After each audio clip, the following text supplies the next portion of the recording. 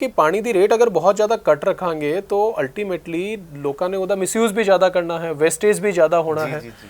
तो ये लिए जड़ा हैगा इस पानी के रेट की रिविजन की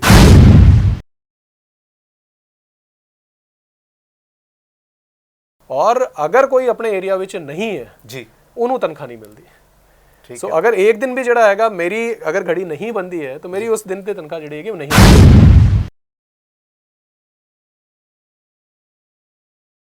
इस टकराਅ ਦੇ ਵਿੱਚ ਜਿੱਦ ਸੀ ਜਾਂ ਉਹਨਾਂ ਦੇ ਉਹ ਸੀਗਾ ਜੀ? ਨਹੀਂ ਜਿੱਦ ਉਹਨਾਂ ਦੀ ਜਿੱਦ ਸੀ ਵੀ ਇਹ ਕੰਮ ਅਸੀਂ ਕਰਾਉਣੇ ਹੈ, ਜਿੱਦ ਕਿਸੇ ਦੀ ਹਾਊਸ ਦੇ ਵਿੱਚ ਇੱਕ ਵਾਰੀ ਪਾਣੀ ਡੋਲੇਗਾ ਫਿਰ ਤੁਸੀਂ ਨੋਟਿਸ ਵੀ ਜਾਰੀ ਕੀਤਾ, ਫਿਰ ਉਸ ਤੋਂ ਬਾਅਦ ਜਿੱਦ ਕਿਸੇ ਦੀ ਨਹੀਂ ਹੁੰਦੀ। ਦੇਖੋ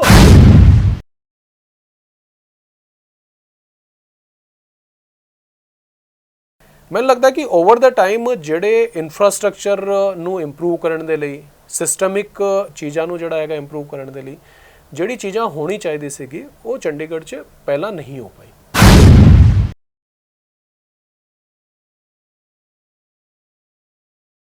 कि असी चाहे कितना ही कह दिए कि जी चंडीगढ़ नंबर 1 है, लेकिन अगर जड़ा शहर का साडा निवासी है वो कहे कि नहीं जी चंडीगढ़ का तो सफाई का बेड़ा गर्क है, ठीक है, फिर असी नंबर 1 कह लिए, चाहे टॉप मोस्ट कह दिए, टॉप 100 कह दिए, वर्ल्ड लीडर कह दिए, कुछ भी कह दिए, उसका कोई फायदा नहीं।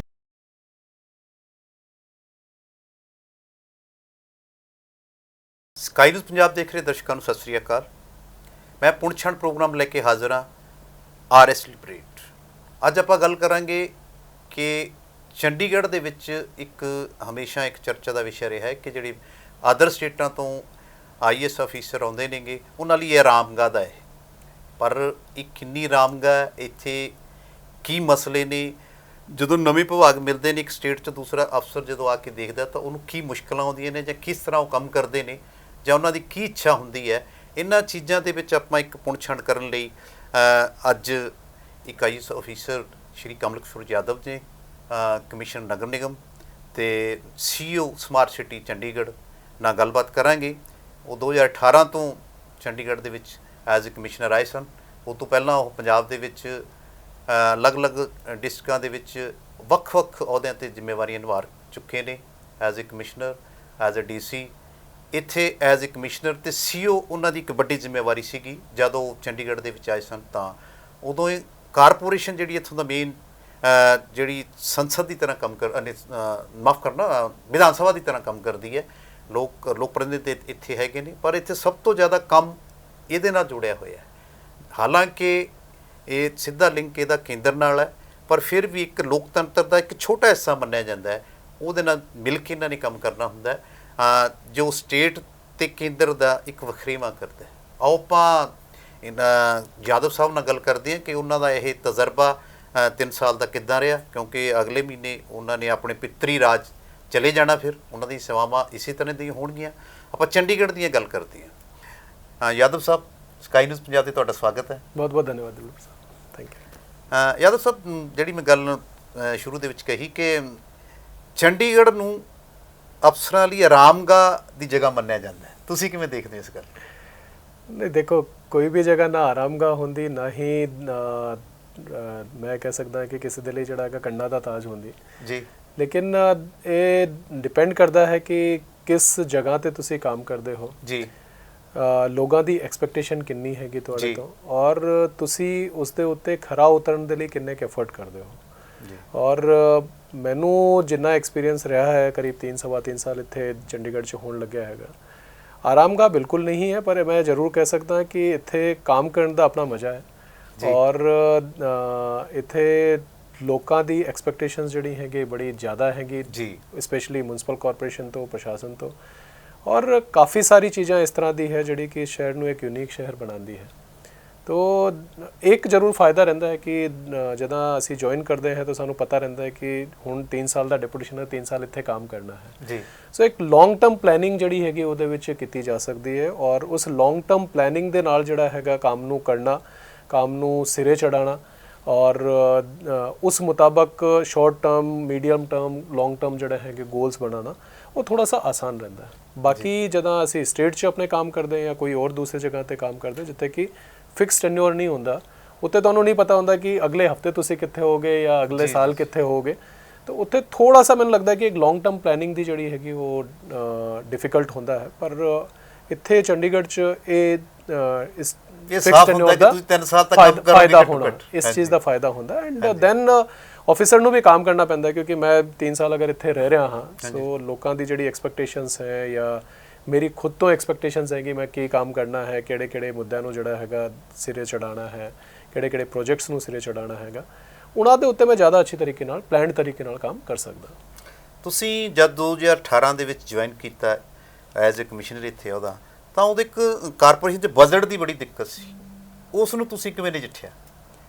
ਦੇਖੋ, ਕਾਰਪੋਰੇਸ਼ਨ ਕਹਿ ਲਓ ਜਾਂ ਸਟੇਟ ਗਵਰਨਮੈਂਟਸ ਕਹਿ ਲਓ, ਫੰਡਸ ਜਿਹੜਾ ਹੈਗਾ ਉਹਨਾਂ ਦਾ ਮੈਨੇਜਮੈਂਟ ਹਮੇਸ਼ਾ ਹੀ ਇੱਕ ਸਭ ਤੋਂ ਜ਼ਰੂਰੀ ਪਹਿਲੂ ਰਹਿੰਦਾ ਹੈ ਜੀ, ਕਿਉਂਕਿ ਅਗਰ ਫੰਡਸ ਨਹੀਂ ਹੈ ਤਾਂ ਫਿਰ ਕੋਈ ਵੀ ਕੰਮ ਤੁਸੀਂ ਨਹੀਂ ਕਰ ਸਕਦੇ। ਅਗਰ ਫੰਡਸ ਜਿਹੜੇ ਹੈਗੇ ਉਹ ਤੁਹਾਡੇ ਕੋਲ ਘੱਟ ਹੈ ਤੇ ਤੁਹਾਡੀ ਕੰਮ ਜਿਹੜੇ ਹੈਗੇ ਜ਼ਿਆਦਾ ਕਰਨੇ ਹੈ, तो भी वो मिसमैच जड़ा है, मतलब आप घर भी नहीं चला सकते अगर फंडा की घाट रहे तो वो हमेशा एक मैनेजमेंट जड़ा है इंपॉर्टेंट पहलू रहिंदा है। और चंडीगढ़ च क्योंकि म्यूनसिपल कॉरपोरेशन एक इस तरह का अदारा है जिहदे विच ज़्यादातर सेवावां जिहड़ी असीं दिंदे हैं उन्हां दे विच किसी तरह का चार्जिज नहीं ले सकते, मतलब वो फ्री ऑफ कॉस्ट सेवा हैगी कि सफाई कर रहे हैं तो फ्री करनी हैगी, उहदे विच पैसे नहीं ले सकते हैं। सड़क रीकारपेट हो रही है तो भी जिहड़े हैगा फ्री जिहड़ा हैगा वो करनी पएगी।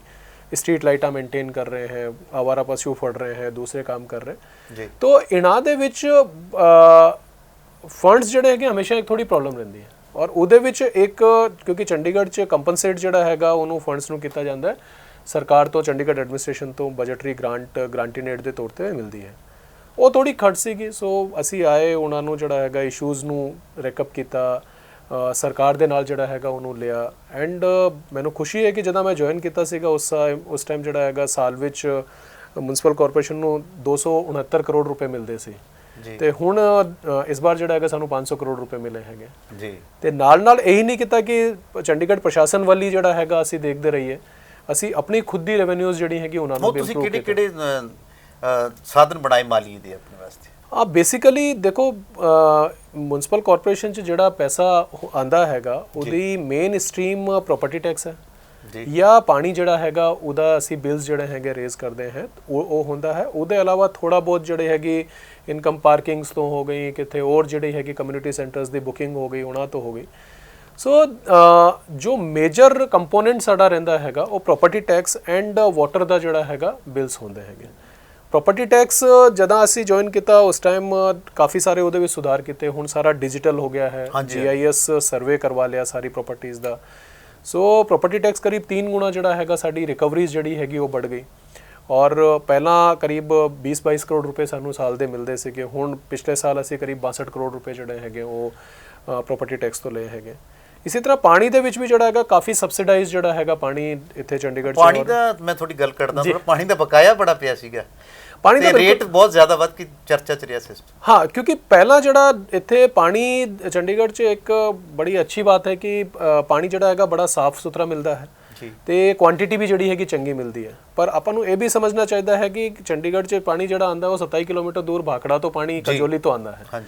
ਉਹਨੂੰ ਉੱਥੋਂ ਪੰਪਿੰਗ ਤੋਂ ਲੈ ਕੇ ਆਇਆ ਜਾਂਦਾ ਹੈ, ਫਿਰ ਇੱਥੇ ਪਾਣੀ ਨੂੰ ਜਿਹੜਾ ਹੈਗਾ ਸਾਫ਼ ਕੀਤਾ ਜਾਂਦਾ ਹੈ, ਫਿਰ ਜਿਹੜਾ ਹੈਗਾ ਲੋਕਾਂ ਦੇ ਘਰਾਂ ਵਿੱਚ ਜਿਹੜਾ ਹੈਗਾ ਉਹਨੂੰ ਭੇਜਿਆ ਜਾਂਦਾ ਜੀ। ਤੇ ਕਰੀਬ ਐਵਰੇਜ ਜਿਹੜਾ ਹੈਗਾ 9-10 ਘੰਟੇ ਜਿਹੜਾ ਹੈਗਾ ਪਾਣੀ ਦੀ ਸਪਲਾਈ ਸ਼ਹਿਰ 'ਚ ਰਹਿੰਦੀ ਹੈ, ਹਰ ਘਰ ਦੇ ਵਿੱਚ ਜਿਹੜਾ ਹੈਗਾ ਰਹਿੰਦੀ। ਸੋ ਇੰਨੀ ਸਪਲਾਈ ਇੰਨੀ ਅੱਛੀ ਤਰੀਕੇ ਨਾਲ ਜਿਹੜਾ ਹੈਗਾ ਦੇਣ ਦੇ ਲਈ ਇਹ ਬਹੁਤ ਜ਼ਰੂਰੀ ਹੈਗੀ ਕਿ ਇਹ ਦੇਖੀਏ ਕਿ ਪਾਣੀ ਦੀ ਲਾਸਟ ਰੇਟ ਕਦੋਂ ਰਿਵਾਈਜ਼ ਹੋਈ ਸੀਗੀ। 2011 ਵਿੱਚ ਜਿਹੜੀ ਹੈਗੀ ਲਾਸਟ ਰੇਟ ਰਿਵਾਈਜ਼ ਹੋਈ जी, 2 रुपए मिनिमम स्लैब हैगी, फिर 4 रुपए, फिर 6 रुपए, फिर 8 रुपए, इस तरह जड़ा हैगा रेट्स बनी हुई है जी।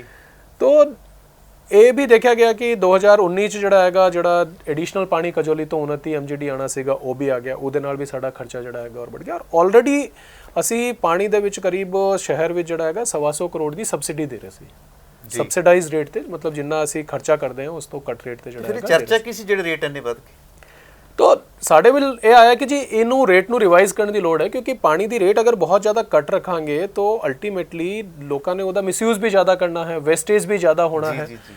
तो ये लिए जिहड़ा हैगा इस पानी के रेट की रिविजन की गई। रिविजन विच कुछ ये होया कि जी कुछ एरियाज़ विच जिहड़ा हैगा पानी ज़्यादा रेट ज़्यादा बढ़ गई हैगी, स्पेशली 1-2 स्लैब जिहड़ी हैगी उन्हां दे विच ज़्यादा सीगी। ਸੋ ਉਹਨੂੰ ਫਿਰ ਅਭੀ ਕੋਵਿਡ ਦੀ ਵਜ੍ਹਾ ਤੋਂ ਜਿਹੜਾ ਹੈਗਾ ਹੋਲਡ ਤੇ ਕੀਤਾ ਹੈਗਾ, ਔਰ ਮੈਨੂੰ ਉਮੀਦ ਹੈ ਕਿ ਅਗਰ ਲੋੜ ਪਏਗੀ ਕਿਸੇ ਜਗ੍ਹਾ ਤੇ ਕੁਝ ਔਰ ਰਿਵੀਜ਼ਨ ਕਰਨ ਦੀ ਤਾਂ ਉਹ ਵੀ ਜਿਹੜਾ ਹੈਗਾ ਰਿਵੀਜ਼ਨ ਕੀਤਾ ਜਾ ਸਕਦਾ। ਲੇਕਿਨ ਫਿਰ ਵੀ ਇਹ ਸਮਝਣ ਦੀ ਲੋੜ ਹੈਗੀ ਕਿ ਅਗਰ ਮਿਊਨਿਸਪਲ ਕਾਰਪੋਰੇਸ਼ਨ ਕੋਲੇ ਪੈਸਾ ਨਹੀਂ ਹੋਏਗਾ ਜੀ तो म्यूनसिपल कॉर्पोरेशन अपनी सर्विसेज प्रॉपर्टी नहीं दे पाएंगे, और अगर सर्विसेज प्रॉपर्टी नहीं आएंगी फिर लोगों ने जड़ा है म्यूनसिपल कॉर्पोरेशन को कहना कि जी तुसी जड़ा है सानू सेवावां चंगी नहीं दे रहे हो। तो एक बैलेंस सा बना के रखने की लोड़ है कि पैसा इन्ना भी ना होए कि लोग जड़े हैं दबके मर जाए उसके नीचे, लेकिन इन्ना कट भी ना होए कि लोग उन्होंने जड़ा हैगा पानी नू वेस्टेज करना जड़ा हैगा वो ना बंद करें। ਪਾਣੀ ਦੇ ਵਿੱਚ ਇਹ ਜੀ ਇੱਕ ਦੋ ਪ੍ਰੋਬਲਮ ਨੇ ਚੰਡੀਗੜ੍ਹ ਦੇ ਵਿੱਚ, ਕਹਿੰਦੇ ਲੀਕੇਜ ਦੀ ਰੇਸ਼ੋ ਜਾਂ ਅਨੁਪਾਤ ਜ਼ਿਆਦਾ ਹੈ ਤੇ ਬਕਾਇਆ ਬਹੁਤ ਜ਼ਿਆਦਾ ਪਿਆ ਇੰਡਸਟਰੀਆਂ ਵੱਲ, ਉਹ ਰਿਕਵਰ ਦੇ ਵਿੱਚ ਕੋਈ ਜ਼ਿਆਦਾ नहीं। देखिए रिकवरी जड़ी हैगी वो तो इन्नी ज़्यादा नहीं है, मतलब आज दी घड़ी अगर मैं कहूँ तो टोटल जड़ा हैगा जड़ा साडा रिकवरीज पेंडिंग है, और स्पेशली पिंडां दे विच जड़े कनैक्शनस हैगे उन्हां तो हैगे, और कोई बड़ा कनैक्शन इस तरह का नहीं है जिहदे विच जड़ा हैगा है, लेकिन करीब 20 करोड़ रुपए के आस पास की साडी रिकवरी जी हैगी वो पूरी है, जो कि साल च मतलब 90 करोड़ की जी हैगी वो साडी बिलिंग होंदी है, और इन्ने सालों तो जड़ा हैगा अगर 20 करोड़ की रिकवरी है तो बहुत ज़्यादा मैं नहीं कहता कि इन्नी ज़्यादा होनी हैगी। दूसरी जी चीज़ हैगी कि पानी दी अवेलेबिलिटी किन्नी है और किस तरीके नाल वो लोकां नूं अवेलेबल है या नहीं है, और जड़ा तुसी कहा कि लीकेज की प्रॉब्लम हैगी जी। लीकेज ओबवियसली लीकेज मतलब लोगों के लेवल पर भी है, साडे सिस्टम दे विच भी है, क्योंकि सिस्टम दे विच पाइपां जिहड़ी हैगी बहुत पुरानी पई हुई है, जिद्दां चंडीगढ़ बनिया सी उस टाइम दी पाइपां हैगी, और इसलिए जिहड़ा हैगा साडा करीब 28-30% जिहड़ा हैगा पानी वेस्टेज होंदा है जी जी। तो ਉਹਦੇ ਲਈ ਹੁਣ ਜਿਹੜਾ ਸਮਾਰਟ ਸਿਟੀ ਤੋਂ ਔਰ ਮਿਊਨਿਸਪਲ ਕਾਰਪੋਰੇਸ਼ਨ ਦੇ ਕੋਲੈਬੋਰੇਸ਼ਨ ਦੇ ਨਾਲ ਫ੍ਰੈਂਚ ਗਵਰਨਮੈਂਟ ਤੋਂ ਜਿਹੜਾ ਹੈਗਾ ਅਸੀਂ ਟਾਈ ਅਪ ਕੀਤਾ ਹੈਗਾ, ਔਰ ਫ੍ਰੈਂਚ ਗਵਰਨਮੈਂਟ ਜਿਹੜੀ ਹੈਗੀ ਉਹ ਸਾਨੂੰ ਕਰੀਬ 400-450 ਕਰੋੜ ਰੁਪਏ ਦੀ ਜਿਹੜੀ ਹੈਗੀ ਉਹ ਲੋਨ ਦੇ ਰਹੀ ਹੈ। ਉਸ ਦੇ ਇਲਾਵਾ ਯੂਰੋਪੀਅਨ ਯੂਨੀਅਨ ਵਾਲੇ ਜਿਹੜੇ ਹੈਗੇ ਉਹ ਸਾਨੂੰ ਕਰੀਬ 98 ਕਰੋੜ ਦੀ ਜਿਹੜਾ ਹੈਗਾ ਗ੍ਰਾਂਟ ਦੇ ਰਹੇ ਹਨ। ਤਾਂ ਉਹਦੇ ਨਾਲ ਸਾਰਾ ਜਿਹੜੀ ਪਾਈਪਿੰਗ ਖਰਾਬ ਹੋ ਗਈ ਹੈ ਉਹ ਠੀਕ ਹੋਣੀ ਹੈਗੀ, ਪੰਪਿੰਗ ਮਸ਼ੀਨਰੀ ਜਿਹੜੀ ਹੈਗੀ ਰਿਪਲੇਸ ਹੋਣੀ ਹੈ ਜੀ, ਤੇ ਫਿਰ 24 घंटे जड़ा है थोड़े टेप च पानी जदा खोलोगे उस टाइम जड़ा है पानी आ जाना है। तो वो प्रोजेक्ट जड़ा है अभी सिरे चढ़ना है और काफ़ी एडवांस स्टेज है, लोन वगैरह अप्रूव हो गया है, मोस्टली टेंडर वगैरह होकर अगले फरवरी तो जड़ा है काम शुरू हो जाएगा। ਤੁਸੀਂ ਵੱਖ-ਵੱਖ ਸੁਧਾਰ ਕੀਤੇ, ਇੱਕ ਸੁਧਾਰ ਤੁਹਾਡਾ ਬੜਾ ਚਰਚਿਤ ਰਿਹਾ ਹੈ ਕਿ ਅਫਸਰਾਂ ਦੇ ਘਰੇ ਬਹੁਤ ਵੱਡੀ ਤਾਦਾਦ ਦੇ ਵਿੱਚ MOH ਦੇ ਸਫਾਈ ਕਰਮਚਾਰੀ ਕੰਮ ਕਰਦੇ ਸੀਗੇ, ਕਿੰਨੀ ਕੀ ਸੰਖਿਆ 'ਚ ਤੁਸੀਂ ਚੇਂਜ ਕੀਤੇ ਸੀਗੇ? नहीं देखो एक चीज़ बड़ी क्लियर है, हाँ देखो एक बड़ी अपन समझण की लोड़ हैगी कि मैं सरकारी मुलाजम हाँ जी, ठीक है, मेरे सरकारी मुलाजम ये नहीं हैगा कि वो मंदा राजा होंदा है जी, साडे भी अपने सर्विस रूल्स होंदे हैं, कंडक्ट रूल्स होंदे हैं, उन्हां ते भी सानू काम करना पैंदा जी। सो एक प्रथा सी जड़ी हैगी वो चलती रही है कि किथे न किथे तुसी जी सरकारी मुलाजम कोई कढ़ सकते हो, अपने घर ते लगा सकते हो, किसी और काम दे ले सकते हो, वो गलत हैगी। सो जदा असी चैक किया तो यह पाया गया कि काफ़ी सारे लोग इस तरह के हैं जोड़े कि फील्ड च नहीं है अवेलेबल। तो जदा ये चैक किया गया कि फील्ड च क्यों नहीं है, तो फिर यह पाया कि जी कोई बंदा फड़लो मार रहा है, कोई अपने रिश्तेदारी नूं निभा रहा हैगा, कोई जड़ा हैगा किसी और जगह पर जड़ा हैगा काम कर रहा है जिथे उहदी ड्यूटी नहीं लगी हुई हैगी। सो उस चीज़ नूं ध्यान च रखते हुए असी बड़ा क्लीयरली ये डायरैक्शन निकाली कि जिस बंदे की जिथे ड्यूटी लगी हुई हैगी he has to be there, उन्होंने उत्थे ही काम करना पएगा। ਚਰਚਾ ਤੇ ਸੀ ਜ਼ਿਆਦਾ ਡਿਊਟੀਆਂ ਅਫਸਰਾਂ ਦੇ ਘਰੇ ਲੱਗੀਆਂ ਸੀ, ਰਿਟਾਇਰ ਵੀ ਸੀਗੇ। ਬਿਲਕੁਲ ਬਿਲਕੁਲ ਜੀ, ਯਾਨੀ 200-300% ਸੀਗੇ। ਕਾਫੀ ਲੋਕ ਜਿਹੜੇ ਹੈਗੇ ਉਹ ਇਸ ਤਰ੍ਹਾਂ ਦੇ ਜਿਹੜੇ ਹੈਗੇ ਪਾਏ ਗਏ ਜਿਹੜੇ ਕਿ ਆਪਣੀ ਡਿਊਟੀਆਂ ਜਿਹੜੀ ਹੈਗੀ ਆਪਣੀ ਜਗ੍ਹਾ ਤੇ ਨਹੀਂ ਕਰ ਰਹੇ ਸੀ। ਹੁਣ ਮੁੱਦਾ ਸਿੰਪਲ ਸਾ ਹੈਗਾ ਕਿ ਅਗਰ ਕੋਈ ਆਪਣੀ ਜਗ੍ਹਾ ਤੇ ਡਿਊਟੀ ਨਹੀਂ ਕਰ ਰਿਹਾ ਤਾਂ ਅਸੀਂ ਉਹਦੇ ਖਿਲਾਫ ਕਾਰਵਾਈ ਕਰ ਸਕਦੇ ਹਾਂ, ਲੇਕਿਨ ਕਾਰਵਾਈ ਜਿਹੜੀ ਹੈਗੀ ਉਹਦੇ ਸੁਪਰਵਾਈਜ਼ਰੀ ਆਫੀਸਰ ਤੇ ਵੀ ਬਣਦੀ ਹੈਗੀ ਕਿ ਉਹਨੇ ਸੁਪਰਵਾਈਜ਼ ਕਿਉਂ ਨਹੀਂ ਕੀਤਾ ਕਿ ਇਹ ਬੰਦਾ ਕਿਸ ਜਗ੍ਹਾ ਤੇ ਕੰਮ ਕਰ ਰਿਹਾ ਹੈ। तो इस चीज़ को ध्यान च रखते हुए सारा डायरैक्शंस दिता गया कि जी जो बंदा है वो अपनी जगह पर ड्यूटी करेगा। दैन फिर स्मार्ट वॉचेस जी हैगी वो दी है, उन्होंने नाल उन्होंने लोकेशंस जी हैगी ट्रैक की गई कि वो अपने एरिया में काम कर रहे नहीं कर रहे हैं। एंड उदा ओबवियसली शुरू से जोड़ा है विरोध भी काफ़ी होया कि जी असी कोई बंधुआ मजदूर नहीं है और नहीं हैगी। शायद चंडीगढ़ पहली म्यूनसिपल कॉरपोरेशन होएगी ਜਿਹਦੇ ਵਿੱਚ ਸਾਰੇ ਬੰਦੇ ਜਿਹੜੀ ਏਰੀਆ 'ਚ ਉਹਨਾਂ ਦੀ ਡਿਊਟੀ ਲੱਗੀ ਹੋਈ ਹੈ ਉਸੇ ਜਗ੍ਹਾ ਤੇ ਹੈ, ਲਾਈਵ ਜਿਹੜਾ ਹੈਗਾ ਮੋਬਾਈਲ ਐਪ ਤੇ ਅਸੀਂ ਉਹਨਾਂ ਦੀ ਲੋਕੇਸ਼ਨ ਟਰੈਕ ਕਰ ਸਕਦੇ ਹਾਂ, ਔਰ ਅਗਰ ਕੋਈ ਆਪਣੇ ਏਰੀਆ ਵਿੱਚ ਨਹੀਂ ਹੈ ਜੀ ਉਹਨੂੰ ਤਨਖਾਹ ਨਹੀਂ ਮਿਲਦੀ। ਸੋ ਅਗਰ ਇੱਕ ਦਿਨ ਵੀ ਜਿਹੜਾ ਹੈਗਾ ਮੇਰੀ ਅਗਰ ਘੜੀ ਨਹੀਂ ਬੰਦੀ ਹੈ ਤਾਂ ਮੇਰੀ ਉਸ ਦਿਨ ਤੇ ਤਨਖਾਹ ਜਿਹੜੀ ਹੈਗੀ ਉਹ ਨਹੀਂ ਬੰਦੇਗੀ। ਸੋ ਇਹ ਰਿਫਾਰਮ ਕਰਨਾ ਥੋੜਾ ਆਬਵੀਅਸਲੀ ਮੁਸ਼ਕਿਲ ਹੁੰਦਾ ਹੈ। ਕਿੰਨੀ ਸੰਖਿਆ ਸੀ ਐਸੇ ਪਰਸਨਾਂ ਦੀ? ਕਿਸ ਦੀ? ਜਿਹੜੇ ਆਪਾਂ ਅਫਸਰਾਂ ਦੇ ਘਰੇ ਕੰਮ ਕਰ ਰਹੇ ਸੀ ਜਾਂ ਕਿਤੇ ਹੋਰ ਕੰਮ ਕਰ ਰਹੇ ਨਹੀਂ, ਮੈਂ ਇਹ ਨਹੀਂ ਕਹਿੰਦਾ ਜੀ ਅਫਸਰਾਂ ਦੇ ਘਰ ਕੰਮ ਕਰ ਰਹੇ ਸੀ ਜਾਂ ਕਿਸੇ ਹੋਰ ਜਗ੍ਹਾ ਤੇ, ਪਰ ਐਟਲੀਸਟ ਮੈਂ ਉਹੀ ਕਹਿ ਰਿਹਾ ਕਿ ਜੀ ਕਰੀਬ ਜਿਹੜਾ ਹੈਗਾ 300 350 ਲੋਕ ਜਿਹੜੇ ਹੈਗੇ ਇਸ ਤਰ੍ਹਾਂ ਦੇ ਨਿਕਲੇ ਜਿਹੜੇ ਕਿ ਆਪਣੇ ਏਰੀਆ ਵਿੱਚ ਕੰਮ ਨਹੀਂ ਕਰ ਰਹੇ ਸੀ ਔਰ ਉਹ ਜਾਂ ਤਾਂ ਐਬਸੈਂਟ ਸੀਗੇ ਜਾਂ ਕਿਸੇ ਹੋਰ ਜਗ੍ਹਾ ਤੇ ਜਿਹੜਾ ਹੈਗਾ ਆਪਣੀ ਡਿਊਟੀਆਂ ਦੇ ਰਹੇ ਸੀਗੇ। ਹੁਣ ਐਵਰੀਬਾਡੀ ਇਜ਼ ਔਨ ਬੋਰਡ, ਸਾਰੇ ਕੰਮ ਕਰ ਰਹੇ ਆਪਣਾ। ਜੀ ਜੀ। ਇੱਕ ਤੁਹਾਡੇ ਸੁਧਾਰਾਂ ਤੇ ਇੱਕ ਟਕਰਾਅ ਰਿਹਾ ਸਿਆਸੀ ਧਿਰਾਂ ਨਾਲ, ਉਹ ਕਈ ਵਾਰੀ ਉੱਭਰ ਕੇ ਸਾਹਮਣੇ ਆਇਆ। ਇੱਕ ਵਾਰੀ ਤੁਸੀਂ ਹਾਊਸ 'ਚ ਵੀ ਆਪ ਹੀ ਬੋਲੇ ਸੀਗਾ, ਔਨ ਰਿਕਾਰਡ ਵੀ ਫੋਨ ਆਇਆ ਸੀ ਤੁਹਾਨੂੰ ਕੋਈ ਕਿਸੇ ਮਸਲੇ ਤੇ। ਜੀ ਜੀ। ਤੇ ਇੱਕ ਕਈ ਮਾਮਲਾ ਇੱਥੇ ਤੱਕ ਪਹੁੰਚ ਗਿਆ ਕਿ ਇੱਕ ਵਾਰੀ ਤੁਹਾਡੇ ਜਿਹੜੇ ਪੀਏ ਸੀਗੇ, ਸਹਾਇਕ ਸੀਗੇ, ਉਹਨਾਂ ਤੇ ਵੀ ਉਹਨਾਂ ਨਾਲ ਬਦ ਵਿਹਾਰ ਕੀਤਾ ਸੀ। ਇਹ ਕੀ ਚੱਕਰ ਹੈ? ਦੇਖੋ ਬੇਸਿਕਲੀ ਦੋਨੇ ਗੱਲਾਂ ਹੋਈਆਂ ਸੀ ਨਾ ਸਰ? ਹਾਂ ਬਿਲਕੁਲ ਹੋਈ ਹੈ, ਇਹ ਤਾਂ ਫੈਕਟ ਹੈਗੀ ਜੀ, ਉਹਦੇ ਵਿੱਚ ਕੋਈ ਦਿੱਕਤ ਨਹੀਂ। ਦੇਖੋ ਇੱਕ ਚੀਜ਼ ਸਾਨੂੰ ਸਮਝਣ ਦੀ ਲੋੜ ਹੈਗੀ ਕਿ ਅਸੀਂ ਸਰਕਾਰ ਦੇ ਮੁਲਾਜ਼ਮ ਹਾਂ ਜੀ, ਠੀਕ ਹੈ। ਅਸੀਂ ਆਪਣੇ ਜਿਵੇਂ ਮੈਂ ਦੱਸਿਆ ਸਰਵਿਸ ਰੂਲਸ ਕੰਡਕਟ ਰੂਲਸ ਦੇ ਵਿੱਚ ਜਿਹੜਾ ਹੈਗਾ ਕੰਮ ਕਰਨਾ ਹੁੰਦਾ ਤੇ ਕੱਲ ਨੂੰ ਅਗਰ ਕੁਝ ਗਲਤ ਹੁੰਦਾ ਤਾਂ ਉਹਦੀ ਰਿਸਪੌਂਸਿਬਿਲਿਟੀ ਵੀ ਜਿਹੜੀ ਹੈਗੀ ਉਹ ਅਫਸਰ ਦੇ ਉੱਤੇ ਹੀ ਫਿਕਸ। ਠੀਕ ਹੈ ਜੀ। ਸਾਨੂੰ ਕੰਮ ਕਰਨਾ ਹੁੰਦਾ ਜਨਤਾ ਦੇ ਪ੍ਰਤੀਨਿਧੀਆਂ ਦੇ ਨਾਲ। ਜੀ। ਜਨਤਾ ਆਪਣੇ ਪ੍ਰਤੀਨਿਧੀ ਚੁਣ ਕੇ ਭੇਜਦੀ ਹੈ ਜੀ, ਵੋਟਿੰਗ ਹੁੰਦੀ ਹੈ, ਇਲੈਕਸ਼ਨ ਹੁੰਦੇ ਹੈ, ਉਹਨਾਂ ਦੇ ਵਿੱਚੋਂ ਜਨ ਪ੍ਰਤੀਨਿਧੀ ਚੁਣ ਕੇ ਆਉਂਦੇ ਜੀ। ਹੁਣ ਦੋਨਾਂ ਦੇ ਵਿੱਚ ਆਪਸ 'ਚ ਜਿਹੜਾ ਹੈਗਾ ਬੈਲੈਂਸ ਬਣਾ ਕੇ ਰੱਖਣਾ ਬਹੁਤ ਜ਼ਰੂਰੀ ਹੈ ਔਰ ਮੈਨੂੰ ਇਹ ਖੁਸ਼ੀ ਹੈ ਕਿ ਐਟਲੀਸਟ 3-3.25 ਸਾਲ ਦੇ ਇਸ ਟੈਨਿਓਰ ਦੇ ਵਿੱਚ 2-3 ਇੰਸੀਡੈਂਟ ਛੋੜ ਦੋ ਤਾਂ ਉਸ ਦੇ ਇਲਾਵਾ ਜਿਹੜਾ ਹੈਗਾ ਲਗਭਗ ਸਾਰੇ ਮੇਅਰਸ 4 ਮੇਅਰਸ ਜਿਹੜੇ ਹੈਗੇ ਉਹਨਾਂ ਦੇ ਨਾਲ ਮੈਂ ਕੰਮ ਕਰ ਰਿਹਾ। ਉਸ ਦੇ ਇਲਾਵਾ ਜਿੰਨੇ ਮਿਊਨਿਸਪਲ ਕਾਉਂਸਲਰਸ ਹੈ ਸਾਰਿਆਂ ਦੇ ਨਾਲ ਜਿਹੜਾ ਹੈਗਾ ਉਹ ਵਧੀਆ ਰਿਲੇਸ਼ਨਸ ਰਹੇ ਹੈਗੇ। ਪਰ ਕਈ ਵਾਰ ਕੀ ਹੁੰਦਾ ਕਿ ਜਨ ਪ੍ਰਤੀਨਿਧੀ ਜਨਤਾ ਦੀ ਆਵਾਜ਼ ਨੂੰ ਉਠਾਉਣ ਦੀ ਕੋਸ਼ਿਸ਼ ਕਰਦੇ ਹੈ ਔਰ ਉਠਾਉਂਦੇ ਵੀ ਹੈਗੇ, ਕਿਉਂਕਿ ਸਾਡੇ ਇੱਥੇ ਅੱਛੀ ਗੱਲ ਹੈਗੀ ਕਿ ਹਰ ਮਹੀਨੇ ਸਦਨ ਦੀ ਮੀਟਿੰਗ ਹੁੰਦੀ ਹੈ। ਪਰ ਉਹ ਸਾਨੂੰ ਇਹ ਵੀ ਦੇਖਣਾ ਹੁੰਦਾ ਹੈ ਕਿ ਜਿਹੜੀ ਚੀਜ਼ ਉੱਠ ਰਹੀ ਹੈ ਕਿ ਉਸ ਦੇ ਮੁਤਾਬਕ ਕਾਨੂੰਨ ਦੇ ਮੁਤਾਬਕ ਉਹ ਠੀਕ ਹੈ ਜਾਂ ਨਹੀਂ ਹੈ।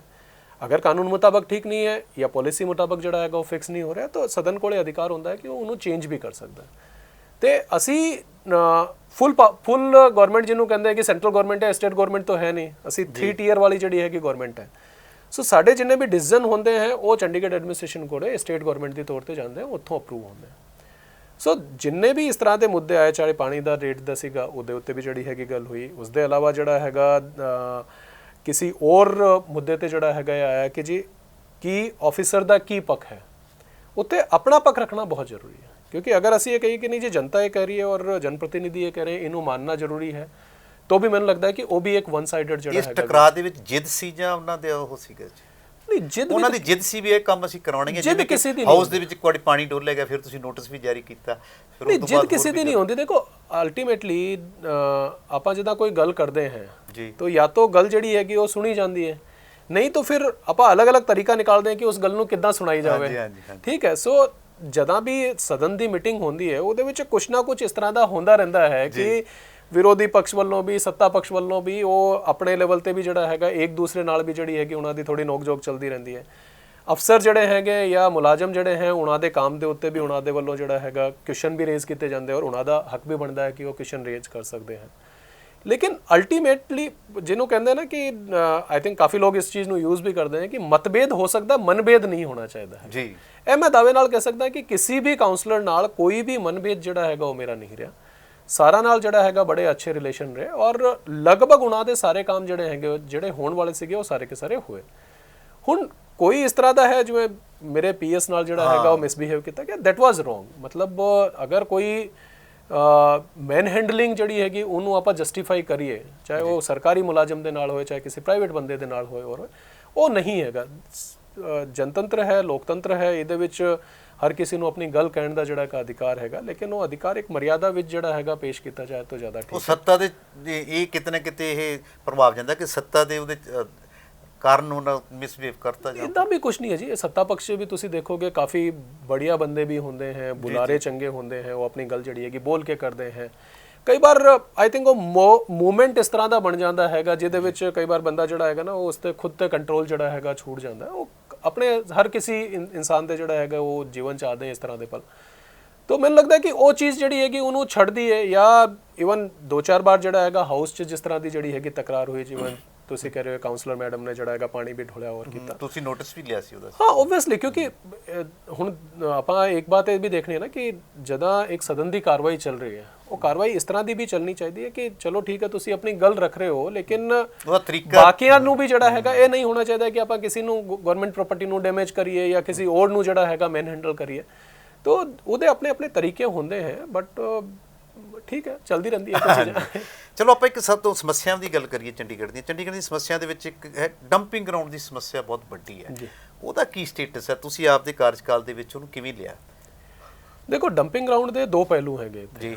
ਇੱਕ ਜਦੋਂ ਤੋਂ ਚੰਡੀਗੜ੍ਹ ਬਣਿਆ ਜੀ, ਉਸ ਤੋਂ ਲੈ ਕੇ ਕਰੀਬ 2005-6 ਤੱਕ ਜਿਹੜਾ ਹੈਗਾ ਜੀ ਇੱਕ ਡੰਪਿੰਗ ਗਰਾਊਂਡ ਜਿਹੜਾ ਹੈਗਾ ਬਣਾਇਆ ਗਿਆ, ਕਿਉਂਕਿ ਉਸ ਟਾਈਮ ਕਿਸੇ ਵੀ ਤਰ੍ਹਾਂ ਦਾ ਪ੍ਰੋਸੈਸਿੰਗ ਪਲਾਂਟ ਨਹੀਂ ਸੀਗਾ। तो अल्टीमेटली कचरा जड़ा हैगा उड़ता सी घरा तो बाजारा तो और बाकी जड़ा हैगा वो कचरा उठ के जाके सीधा डंपिंग ग्राउंड ते डंप हो जाता सी जी। उसनू ना प्रोसेस कर सकते सी, ना किसी तरह की और कार्रवाई उस ते हो सकती सी।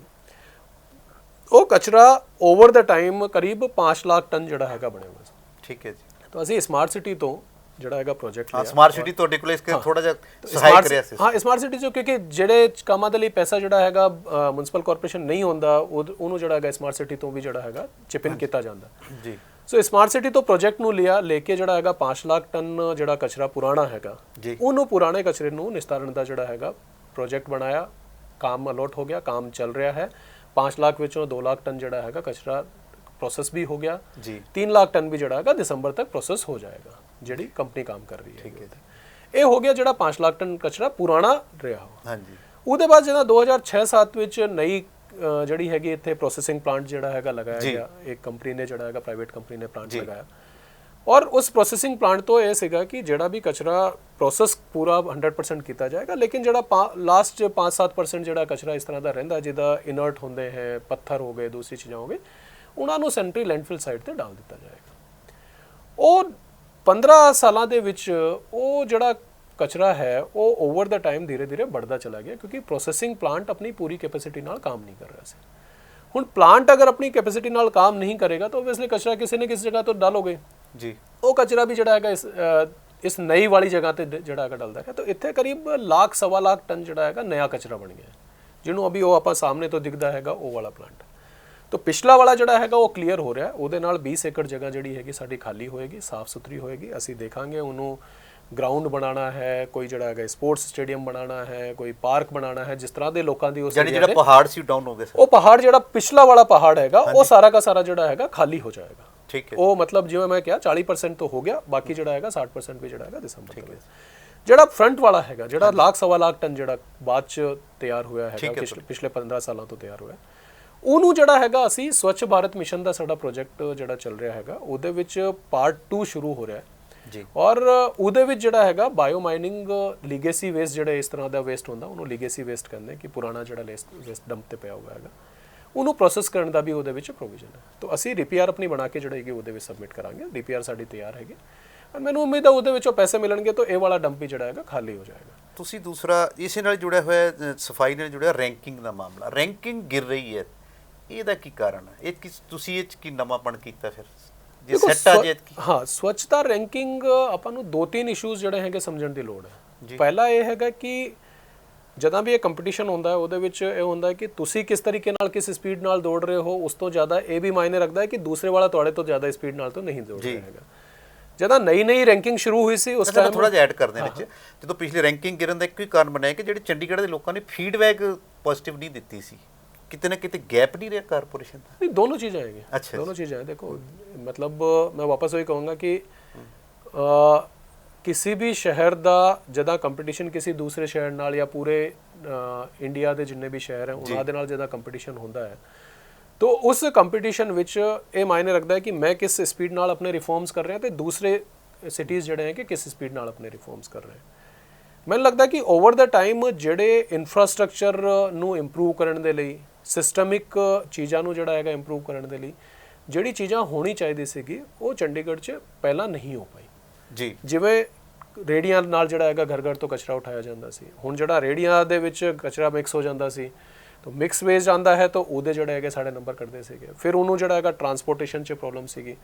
फिर रैंकिंग च काफ़ी सारे इस तरह के पहलू होंदे कि तुसीं कचरे नाल कितना पैसा कमाते हो, वो साडा कोई जड़ा हैगा इस तरह का सिस्टम नहीं सीगा कि कचरे तो किसी तरह की कोई जड़ी हैगी इनकम हो रही है या असी door to door garbage collection के कोई चार्जेस ले रहे हैं, कुछ और कर रहे हैं। सो ਪਿਛਲੇ ਕਰੀਬ ਮੈਂ ਕਹਿ ਸਕਦਾ ਕਿ 6-7 ਸਾਲਾਂ ਵਿੱਚ ਜਦੋਂ ਤੋਂ ਸਵੱਛ ਭਾਰਤ ਮਿਸ਼ਨ ਜਿਹੜਾ ਹੈਗਾ ਗਵਰਨਮੈਂਟ ਆਫ ਇੰਡੀਆ ਨੇ ਚਲਾਇਆ, ਕਾਫੀ ਨਈ ਟੈਕਨੋਲੋਜੀਜ਼ ਜਿਹੜੀ ਹੈਗੀ ਉਹ ਕਚਰੇ ਦੇ ਨਿਸਤਾਰਨ ਦੇ ਲਈ ਆਈ ਜੀ, ਔਰ ਉਹਨਾਂ ਟੈਕਨੋਲੋਜੀ ਦੇ ਨਾਲ ਕਾਫੀ ਸਾਰੇ ਨਏ ਸਿਸਟਮਸ ਵੀ ਆਏ। ਉਹਨਾਂ ਸਿਸਟਮਸ ਨੂੰ ਜਿਹੜਾ ਹੈਗਾ ਜਦੋਂ ਤੱਕ ਅਸੀਂ ਚੰਡੀਗੜ੍ਹ 'ਚ ਨਹੀਂ ਬਣਾਵਾਂਗੇ ਔਰ ਨਹੀਂ ਲਾਗੂ ਕਰਾਂਗੇ, ਸਾਡੀ ਰੈਂਕਿੰਗ ਕਦੇ ਨਹੀਂ ਸੁਧਰ ਸਕਦੀ। ਹੁਣ ਕਿੰਨਾ ਸੁਧਾਰ ਹੋਇਆ? ਹੁਣ ਮੈਂ ਉਹੀ ਗੱਲ ਕਰ ਰਿਹਾ ਕਿ ਪਿਛਲੇ ਕਰੀਬ 3 ਸਾਲਾਂ 'ਚ ਅਸੀਂ ਜਿੰਨੀ door to door garbage collection system ਸੀ ਉੱਥੋਂ ਰੇੜੀਆਂ ਖਤਮ ਕਰਵਾ ਲਈ। ਅਲਟੀਮੇਟਲੀ ਗੱਡੀਆਂ ਜਿਹੜੀ ਹੈ ਕਿ ਉੱਥੇ ਟਵਿਨ ਬਿਨ ਚੱਲ ਪਈ। ਉਹਨਾਂ ਦੇ ਵਿੱਚ ਬੰਦੇ ਜਿਹੜੇ ਹੈਗੇ ਸੈਗਰੀਗੇਟਡ ਵੇਸਟ ਦੇਣ ਲੱਗ ਗਏ। ਉਹਦੇ ਬਾਅਦ ਇਹ ਨਹੀਂ ਹੈਗਾ ਕਿ ਉਹ SSK 'ਚ ਜਾ ਕੇ ਵਾਪਸ ਮਿਕਸ ਹੋ ਜਾਂਦਾ ਹੋਏ, ਉਹ ਪ੍ਰੋਪਰਲੀ MRF ਸਟੇਸ਼ਨ ਸਾਡੇ 2 ਬਣ ਗਏ ਹੈਗੇ, ਤੀਸਰਾ ਆਲਮੋਸਟ ਤਿਆਰ ਹੋਣ ਲੱਗਿਆ, 2 ਮਹੀਨੇ 'ਚ ਜਿਹੜਾ ਹੈਗਾ ਉਹ ਵੀ ਤਿਆਰ ਹੋ ਜਾਏਗਾ। MRF 'ਚ ਜਾਂਦੇ ਗੀਲਾ ਕਚਰਾ ਗੀਲੇ ਕਚਰੇ ਨਾਲ ਜਿਹੜਾ ਹੈਗਾ ਇਕੱਠਾ ਹੋ ਕੇ ਔਰ ਸੂਕਾ ਕਚਰਾ ਸੂਕੇ ਕਚਰੇ ਨਾਲ ਇਕੱਠਾ ਹੋ ਕੇ ਜਿਹੜਾ ਹੈਗਾ ਆਉਂਦਾ। ਲੋਕਾਂ ਤੋਂ ਜਿਹੜਾ ਹੈਗਾ door to door garbage collection ਦੇ ਚਾਰजेस ਜਿਹੜੇ ਹੈਗੇ ਮਿਊਨਿਸਪਲ ਕਾਰਪੋਰੇਸ਼ਨ ਨੇ ਆਪਣੇ ਰਿਕਵਰ ਕਰਨੇ ਸ਼ੁਰੂ ਕਰਤੇ। ਸੋ ਇਸ ਵਾਰ ਸਾਡੀ ਉਮੀਦ ਹੈ ਕਿ ਜਿਹੜੀ ਸਾਡੀ ਰੈਂਕਿੰਗ ਹੈ ਉਹ ਇੰਪਰੂਵ ਹੋਏਗੀ। ਸਾਡਾ ਪੱਕਾ ਇਸ ਤਰ੍ਹਾਂ ਦਾ ਜਿਹੜਾ ਹੈਗਾ ਮੰਨਣਾ ਹੈ ਜੀ। ਔਰ ਆਉਣ ਵਾਲੇ ਮੈਂ ਕਹਿ ਸਕਦਾ ਕਿ ਆਉਣ ਵਾਲੇ 1-2 ਸਾਲਾਂ ਦੇ ਵਿੱਚ ਜਿਹੜੇ ਸੁਧਾਰ ਅਸੀਂ ਕੀਤੇ ਹੈਗੇ, ਇਹਨਾਂ ਦੇ ਨਾਲ ਜਿਹੜਾ ਹੈਗਾ ਜੋ ਸਾਡੇ ਇੰਪਰੂਵਮੈਂਟ ਹੋਣਗੇ ਉੱਤੇ ਪੁਆਇੰਟਸ ਦੇ ਵਿੱਚ ਜੀ, ਉਹਨਾਂ ਦੇ ਨਾਲ ਚੰਡੀਗੜ੍ਹ ਦੀ ਹੁਣ ਰੈਂਕਿੰਗ ਜਿਹੜੀ ਹੈਗੀ ਔਰ ਬਿਹਤਰ ਤੋਂ ਬਿਹਤਰ ਹੀ ਹੁੰਦੀ ਜਾਏਗੀ। ਇੱਕ ਹੋਰ ਚੀਜ਼ ਹੈ, ਕਈ ਵਾਰ ਅਸੀਂ ਇਹ ਕਹਿੰਦੇ ਹਾਂ ਕਿ ਜੀ ਲੋਕ ਜਿਹੜੇ ਹੈਗੇ ਉਹ ਫੀਡਬੈਕ ਚੰਗਾ ਨਹੀਂ ਦੇ ਰਹੇ ਜਾਂ ਕੁਝ ਹੋਰ ਹੈ। ਦੇਖੋ ਲੋਕ ਤਾਂ ਉਹ ਗੱਲ ਕਹਿਣਗੇ ਜਿਹੜੀ ਉਹਨਾਂ ਨੂੰ ਲੱਗਦੀ ਹੈਗੀ ਕਿ ਅਸੀਂ ਚਾਹੇ ਕਿੰਨਾ ਹੀ ਕਹਿ ਦਈਏ ਕਿ ਜੀ ਚੰਡੀਗੜ੍ਹ ਨੰਬਰ 1 ਹੈ, ਲੇਕਿਨ ਅਗਰ ਜਿਹੜਾ ਸ਼ਹਿਰ ਦਾ ਸਾਡਾ ਨਿਵਾਸੀ ਹੈ ਉਹ ਕਹੇ ਕਿ ਨਹੀਂ ਜੀ ਚੰਡੀਗੜ੍ਹ ਦਾ ਸਫਾਈ ਦਾ ਬੇੜਾ ਗਰਕ ਹੈਗਾ, ਠੀਕ ਹੈ, ਫਿਰ ਅਸੀਂ ਨੰਬਰ 1 ਕਹਿ ਲਈਏ, ਚਾਹੇ ਟॉप मोस्ट ਕਹਿ ਦਈਏ, टॉप 100 ਕਹਿ ਦਈਏ, ਵਰਲਡ ਲੀਡਰ ਕਹਿ ਦਈਏ, ਕੁਝ ਵੀ ਕਹਿ ਦਈਏ, ਉਹਦਾ ਕੋਈ ਫਾਇਦਾ ਨਹੀਂ ਹੈ। ਸੋ ਜਦੋਂ ਤੱਕ ਅਸੀਂ ਲੋਕਾਂ ਨੂੰ ਨਹੀਂ ਇਨਵੋਲਵ ਕਰਦੇ, ਲੋਕ ਜਿਹੜੇ ਹੈਗੇ ਉਸ ਚੀਜ਼ ਨੂੰ ਨਹੀਂ ਸਮਝਦੇ ਔਰ ਸਿਸਟਮ ਨੂੰ ਨਹੀਂ ਸਮਝਾਉਂਦੇ ਉਹਨਾਂ ਨੂੰ, ਉਸ ਟਾਈਮ ਤੱਕ ਜਿਹੜੀ ਹੈਗੀ ਪ੍ਰੋਬਲਮ ਰਹੇਗੀ। ਸੋ ਅਸੀਂ ਪ੍ਰੋਪਰ ਡੈਡੀਕੇਟਡਲੀ RWS ਜਿੰਨੇ ਵੀ ਹੈਗੇ ਆ ਚੰਡੀਗੜ੍ਹ 'ਚ ਇੱਕ ਬੜਾ ਅੱਛਾ ਜਿਹੜਾ ਹੈਗਾ RWS ਦਾ ਨੈਟਵਰਕ ਹੈਗਾ, ਉਹਨਾਂ ਨੂੰ ਅਸੀਂ ਨਾਲ ਲਿਆ, ਉਹਨਾਂ ਨੂੰ ਰਿਕੁਐਸਟ ਕੀਤੀ ਕਿ ਕੀ ਜਿਹੜੇ ਹੈਗੇ ਸੁਧਾਰ ਅਸੀਂ ਕਰ ਰਹੇ ਹਾਂ, ਉਹਨਾਂ ਦਾ ਕੀ ਫਾਇਦਾ ਹੋਏਗਾ, ਕਿਸ ਤਰੀਕੇ ਨਾਲ RWS ਉਹਦੇ ਵਿੱਚ ਸਾਡੇ ਨਾਲ ਜੁੜ ਸਕਦੀ ਹੈ, ਕਿਸ ਤਰ੍ਹਾਂ ਲੋਕਾਂ ਨੂੰ ਜਿਹੜਾ ਹੈਗਾ ਸਮਝਾ ਸਕਦੀ ਹੈ, ਯਾਨੀ ਤਾਲਮੇਲ ਬਿਠਾਉਣ 'ਚ ਤੁਸੀਂ ਕਾਮਯਾਬ ਰਹੇ। ਸੋ ਉਹ ਤਾਲਮੇਲ ਜਿਹੜਾ ਹੈਗਾ ਬੈਠਿਆ, ਸਾਡੇ ਕਾਉਂਸਲਰਸ ਜਿਹੜੇ ਹੈਗੇ ਉਹਨਾਂ ਨੇ RWS ਨਾਲ ਆਪਣੇ ਜਿਹੜੇ NGOs ਹੈ, ਦੂਸਰੇ ਗਰੁੱਪਸ ਹੈ, ਉਹਨਾਂ ਦੇ ਨਾਲ ਜਿਹੜਾ ਹੈਗਾ ਟਾਈ ਅਪ ਕੀਤਾ। ਅਸੀਂ ਵਾਰਡਾਂ ਦੇ ਆਪਸ 'ਚ ਕੰਪੀਟੀਸ਼ਨ ਜਿਹੜੇ ਹੈਗੇ ਸ਼ੁਰੂ ਕੀਤੇ। ਕੋਵਿਡ ਤੁਹਾਡੇ ਕਾਰਜਕਾਲ ਦੌਰਾਨ ਰਿਹਾ, ਉਹਨੂੰ ਤੁਸੀਂ ਕਿਵੇਂ ਨਜਿੱਠਿਆ? ਦੇਖੋ ਪਹਿਲਾਂ ਤਾਂ ਥੋੜੀ ਦਿੱਕਤ ਰਹੀ ਹੈ, ਬਾਅਦ 'ਚ ਕੁਝ ਹੋਇਆ ਕਿਵੇਂ? ਨਹੀਂ ਕੋਵਿਡ ਦੇਖੋ ਆਪਾਂ ਇਹ ਦੇਖੀਏ ਕਿ ਆਲ ਓਵਰ ਵਰਲਡ ਜਿਹੜਾ ਹੈਗਾ ਕੋਵਿਡ ਚੱਲਿਆ ਐਂਡ ਪੂਰੇ ਇੰਡੀਆ ਵਿੱਚ ਲੋਕਡਾਊਨ ਵੀ ਲੱਗਿਆ, ਚੰਡੀਗੜ੍ਹ ਵਿੱਚ ਵੀ ਜਿਹੜਾ ਹੈਗਾ ਲੋਕਡਾਊਨ ਲੱਗਿਆ। ਐਂਡ ਮਿਊਨਿਸਪਲ ਕਾਰਪੋਰੇਸ਼ਨ ਕਿਉਂਕਿ ਇੱਕ ਇਸ ਤਰ੍ਹਾਂ ਦਾ ਅਦਾਰਾ ਹੈ ਜਿਹੜਾ ਕਿ ਲੋਕਾਂ ਨੂੰ ਬੇਸਿਕ ਸਰਵਿਸਿਜ਼ ਦਿੰਦਾ ਹੈ। ਅਗਰ ਘਰ 'ਚ ਜਿਹੜਾ ਹੈਗਾ ਸਫਾਈ ਨਾ ਹੋਏ, ਇੱਕ ਦਿਨ ਕੂੜਾ ਜਿਹੜਾ ਹੈਗਾ ਨਾ ਉੱਠੇ, ਉੱਥਾਂ ਦਾ ਪੀਣ ਦਾ ਪਾਣੀ ਨਾ ਆਏ, ਸੀਵਰ ਜਿਹੜਾ ਹੈਗਾ ਫਲੋ ਨਹੀਂ ਹੋ ਰਿਹਾ ਜਾਂ ਸੀਵਰ ਜਿਹੜਾ ਹੈਗਾ ਬੰਦ ਹੋ ਗਿਆ, ਤੁਸੀਂ ਸਮਝ ਸਕਦੇ ਹੋ ਕਿੰਨੀ ਪਰੇਸ਼ਾਨੀ ਲੋਕਾਂ ਨੂੰ ਹੁੰਦੀ ਹੈ। ਪਾਰਕਸ ਨਹੀਂ ਮੇਨਟੇਨਡ ਹੈਗੇ, ਲਾਈਟ ਨਹੀਂ ਜਲ ਰਹੀ ਹੈ ਰਾਤ ਨੂੰ, ਸਟਰੀਟ ਲਾਈਟ ਜਿਹੜੀ ਹੈਗੀ ਨਹੀਂ ਜਲ ਰਹੀ, ਸੜਕਾਂ ਟੁੱਟੀ ਪਈ ਹੈ। ਸੋ ਲਗਭਗ ਜਿੰਨੀ ਇੱਕ ਮੂਲਭੂਤ ਅਸੀਂ ਕਹਿ ਸਕਦੇ ਹਾਂ ਸੇਵਾਵਾਂ ਹੈਗੀ ਉਹ ਮਿਊਨਿਸਪਲ ਕਾਰਪੋਰੇਸ਼ਨ ਕੈਟਰ ਕਰਦਾ ਹੈ। ਔਰ ਕੋਰੋਨਾ ਦੇ ਵਿੱਚ ਵੀ ਜਿਹੜਾ ਹੈਗਾ ਸਾਡੇ ਕੋਲ ਸਭ ਤੋਂ ਬੜਾ ਚੈਲੰਜ ਇਹ ਸੀਗਾ ਕਿ ਕਿਸ ਤਰ੍ਹਾਂ ਆਪਣੇ ਸਟਾਫ ਨੂੰ ਸੇਫ ਰੱਖਦੇ ਹੋਏ, ਉਹਨਾਂ ਨੂੰ ਕੋਵਿਡ ਪ੍ਰੋਟੋਕੋਲਸ ਨੂੰ ਨਿਭਾਉਂਦੇ ਹੋਏ ਲੋਕਾਂ ਨੂੰ ਇਹ ਸਹੂਲਤਾਂ ਜਿਹੜੀ ਹੈਗੀ ਅਸੀਂ ਦਈਏ ਕਿ ਉਹ ਪ੍ਰੋਪਰਲੀ ਧਿਆਨ ਰੱਖੇ। ਜਿਹੜਾ ਹੈਗਾ ਕੀਰਾਂ ਜੀ ਤਾਂ ਬੜੀ ਦਰ ਉੱਚੀ ਚਲੀ ਗਈ ਸੀ ਕੋਵਿਡ ਦੀ। ਨਹੀਂ ਕੋਵਿਡ ਤੋਂ ਦੇਖੋ ਵੇਵਸ ਜਿਹੜੀ ਤੁਸੀਂ ਦੇਖੋਗੇ, ਫਸਟ ਵੇਵ ਦੇਖ ਲਓ, ਸੈਕੰਡ ਵੇਵ ਦੇਖ ਲਓ, ਉਹ ਆਲ ਓਵਰ ਇੰਡੀਆ ਜਿਹੜਾ ਹੈਗਾ ਉਹ बढ़िया, ਆਲ ਓਵਰ ਇੰਡੀਆ ਜਿਹੜਾ ਹੈਗਾ ਕਮ ਹੋਇਆ। ਚੰਡੀਗੜ੍ਹ ਵਿੱਚ ਵੀ ਜਿਵੇਂ ਸੈਪਟੈਂਬਰ 'ਚ ਪੀਕ ਆਇਆ, ਫਿਰ ਅਭੀ ਅਪ੍ਰੈਲ 'ਚ ਜਿਹੜਾ ਹੈਗਾ ਸੈਕੰਡ ਪੀਕ ਆਇਆ। ਤੋ ਜਿਹੜੇ ਕੋਰੋਨਾ ਦੇ ਕੇਸਿਸ बढ़ने हैं ਉਹ ਤੋਂ ਅਗਰ ਆਪਾਂ ਦੇਖੀਏ ਤਾਂ ਉਹ ਤੋਂ ਕਾਫੀ ਹੱਦ ਤੱਕ ਲੋਕਾਂ ਦੇ ਉੱਤੇ ਵੀ ਡਿਪੈਂਡ ਕਰਦਾ ਹੈ ਕਿ ਲੋਕ ਕਿੰਨੇ ਬਾਹਰ ਨਿਕਲ ਰਹੇ ਹੈ, ਕਿੰਨਾ ਕੁ ਜਿਹੜੀ ਕੋਵਿਡ ਐਪਰੋਪਰੀਏਟ ਬਿਹੇਵੀਅਰ ਜਿਹਨੂੰ ਅਸੀਂ ਕਹਿੰਦੇ ਹਾਂ ਉਹਨਾਂ ਨੂੰ ਫੋਲੋ ਕਰ ਰਹੇ ਹੈ। ਔਰ ਲੋਕ ਹੁਣ ਜਾਗਰੂਕ ਵੀ ਹੈ ਕਿਉਂਕਿ ਪੜ੍ਹੇ ਲਿਖੇ ਲੋਕ ਹੈ ਚੰਡੀਗੜ੍ਹ ਦੇ, ਉਸ ਜਾਗਰੂਕਤਾ ਨਾਲ ਉਹ ਆਪਣੇ ਲੈਵਲ ਤੇ ਵੀ ਜਿਹੜਾ ਹੈਗਾ ਧਿਆਨ ਰੱਖਦੇ ਹੈ। ਪਰ ਚੰਡੀਗੜ੍ਹ 'ਚ ਮੈਨੂੰ ਲੱਗਦਾ 2 ਚੀਜ਼ਾਂ ਦਾ ਬਹੁਤ ਫਾਇਦਾ ਰਿਹਾ। ਇੱਕ ਤਾਂ ਖੁੱਲਾ ਡੁੱਲਾ ਸ਼ਹਿਰ ਹੈਗਾ, ਸੋ ਆਪਸੀ ਕੰਜੈਸ਼ਨ ਜ਼ਿਆਦਾ ਹੁੰਦਾ, ਜਿੱਥੇ ਜ਼ਿਆਦਾ ਲੋਕ ਇੱਕ ਜਗ੍ਹਾ ਤੇ ਹੈ ਉੱਥੇ ਜਿਹੜਾ ਹੈਗਾ ਫੈਲਣ ਦੇ ਚਾਂਸਸ ਜ਼ਿਆਦਾ ਹੁੰਦੇ ਇਸ ਤਰ੍ਹਾਂ ਦੀ ਬਿਮਾਰੀ ਦੇ। ਦੂਸਰਾ ਇੱਥੇ ਹੈਲਥ ਕੇਅਰ ਫੈਸਿਲਿਟੀਜ਼ ਚੰਗੀਆਂ ਹੈਗੀਆਂ, ਜਿਵੇਂ PGI ਬੜਾ ਅੱਛਾ ਇੰਸਟੀਚਿਊਟ ਹੈ ਜਿਹੜਾ ਪੂਰੀ ਤਰੀਕੇ ਨਾਲ ਮਤਲਬ ਡਾਕਟਰਸ ਔਰ ਜਿੰਨੇ ਹੈਲਥ ਕੇਅਰ ਵਰਕਰਸ ਹੈ ਉਹ ਪੂਰੇ ਕੋਵਿਡ ਦੇ ਦੌਰਾਨ ਵੀ ਔਰ ਉਸ ਦੇ ਬਾਅਦ ਵੀ ਜਿਹੜਾ ਹੈਗਾ ਆਪਣੇ ਕੰਮ ਦੇ ਵਿੱਚ ਲੱਗੇ ਰਹੇ।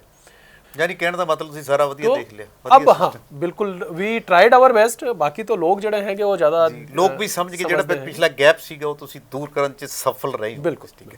ਫਿਰ ਇੱਕ ਵੱਡੀ ਪ੍ਰੋਬਲਮ ਪਾਰਕਿੰਗ ਦੀ, ਇੱਥੇ ਪਾਰਕਿੰਗ ਦੇ ਰੇਟਸ ਦੀ ਵੀ ਪ੍ਰੋਬਲਮ ਆਈ, ਉੱਥੇ ਵੀ ਕਾਫੀ ਦਿੱਕਤ ਆਈ। ਹੁਣ ਇਸ ਟਾਈਮ ਕੀ ਸਟੇਟਸ ਹੈ?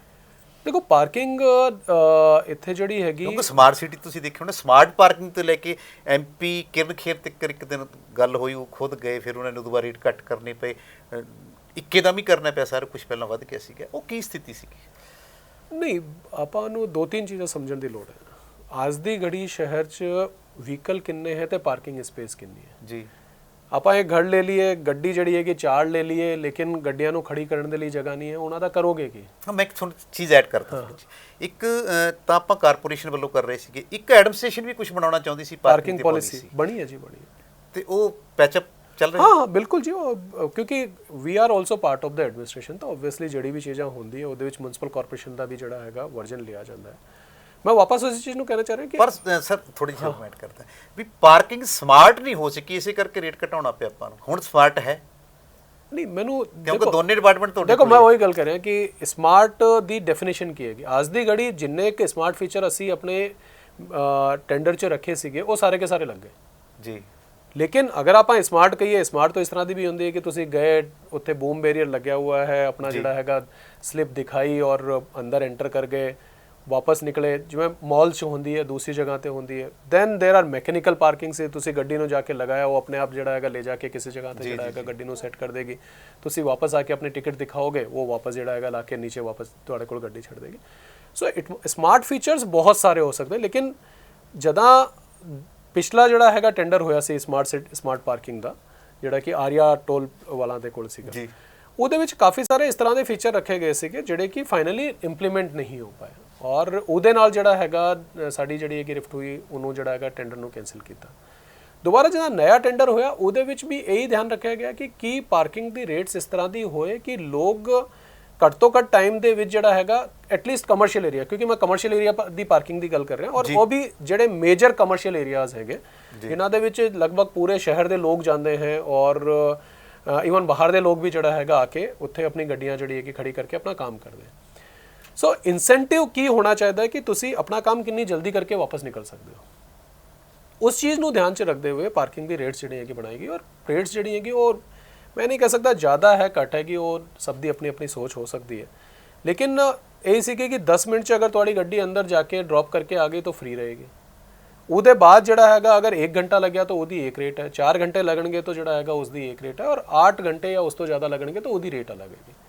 ਉਹਦਾ ਪਰਪਸ ਇਹ ਹੈਗੀ ਕਿ ਕੋਈ ਵੀ ਆ ਕੇ ਆਪਣੀ ਗੱਡੀ ਪਾਰਕ ਕਰਕੇ ਜਗ੍ਹਾ ਨੂੰ ਜ਼ਿਆਦਾ ਦੇਰ ਤੱਕ ਜਿਹੜਾ ਹੈਗਾ ਨਾ ਰੋਕੇ, ਔਰ ਕੰਮ ਖਤਮ ਹੋਏ ਵਾਪਸ ਜਿਹੜਾ ਹੈਗਾ ਉਹ ਜਾਏ, ਤਾਂ ਕਿ ਪਾਰਕਿੰਗ ਰੇਟ ਇੱਕ ਕਹਦੀ ਹੈ ਕਿ ਉਸ ਜਗ੍ਹਾ ਦੀ ਵੈਲਿਊ ਨੂੰ ਜਿਹੜਾ ਹੈਗਾ ਬਚਾਉਣ ਦੇ ਲਈ ਜਿਹੜਾ ਹੈਗਾ, ਔਰ ਦੂਸਰਾ ਕੋਈ ਬੰਦਾ ਵੇਟ ਕਰ ਰਿਹਾ ਹੈ ਤਾਂ ਉਹਨੂੰ ਪਾਰਕਿੰਗ ਦੀ ਜਗ੍ਹਾ ਵੀ ਮਿਲ ਜਾਏ, ਉਸ ਚੀਜ਼ ਦਾ ਧਿਆਨ ਰੱਖਣਾ। ਯਾਨੀ ਤੁਹਾਡੀ ਗੱਲ ਇਹ ਤਸਦੀਕ ਕਰਦੀ ਹੈ ਕਿ ਜਿੰਨੇ ਪੈਸੇ ਅਸੀਂ ਲੈ ਰਹੇ ਹਾਂ ਉਨੀਆਂ ਸਮਾਰਟ ਸੁਵਿਧਾਵਾਂ ਦੇ ਰਹੇ ਹਾਂ। ਸਮਾਰਟ ਸੁਵਿਧਾਵਾਂ ਜਿਹੜੀ ਹੈਗੀ ਉਹ ਵੀ ਦੇ ਰਹੇ ਹਾਂ ਜੀ। ਬਾਕੀ ਕਿਸੇ ਵੀ ਜਿਹੜਾ ਅਗਰ ਮੈਂ ਵੀ ਗੱਡੀ ਲੈ ਕੇ ਜਾ ਰਿਹਾ ਤਾਂ ਮੇਰਾ ਪਰਪਸ ਇਹ ਹੁੰਦਾ ਕਿ ਕੀ ਮੈਨੂੰ ਪਾਰਕਿੰਗ ਮਿਲ ਜਾਏਗੀ।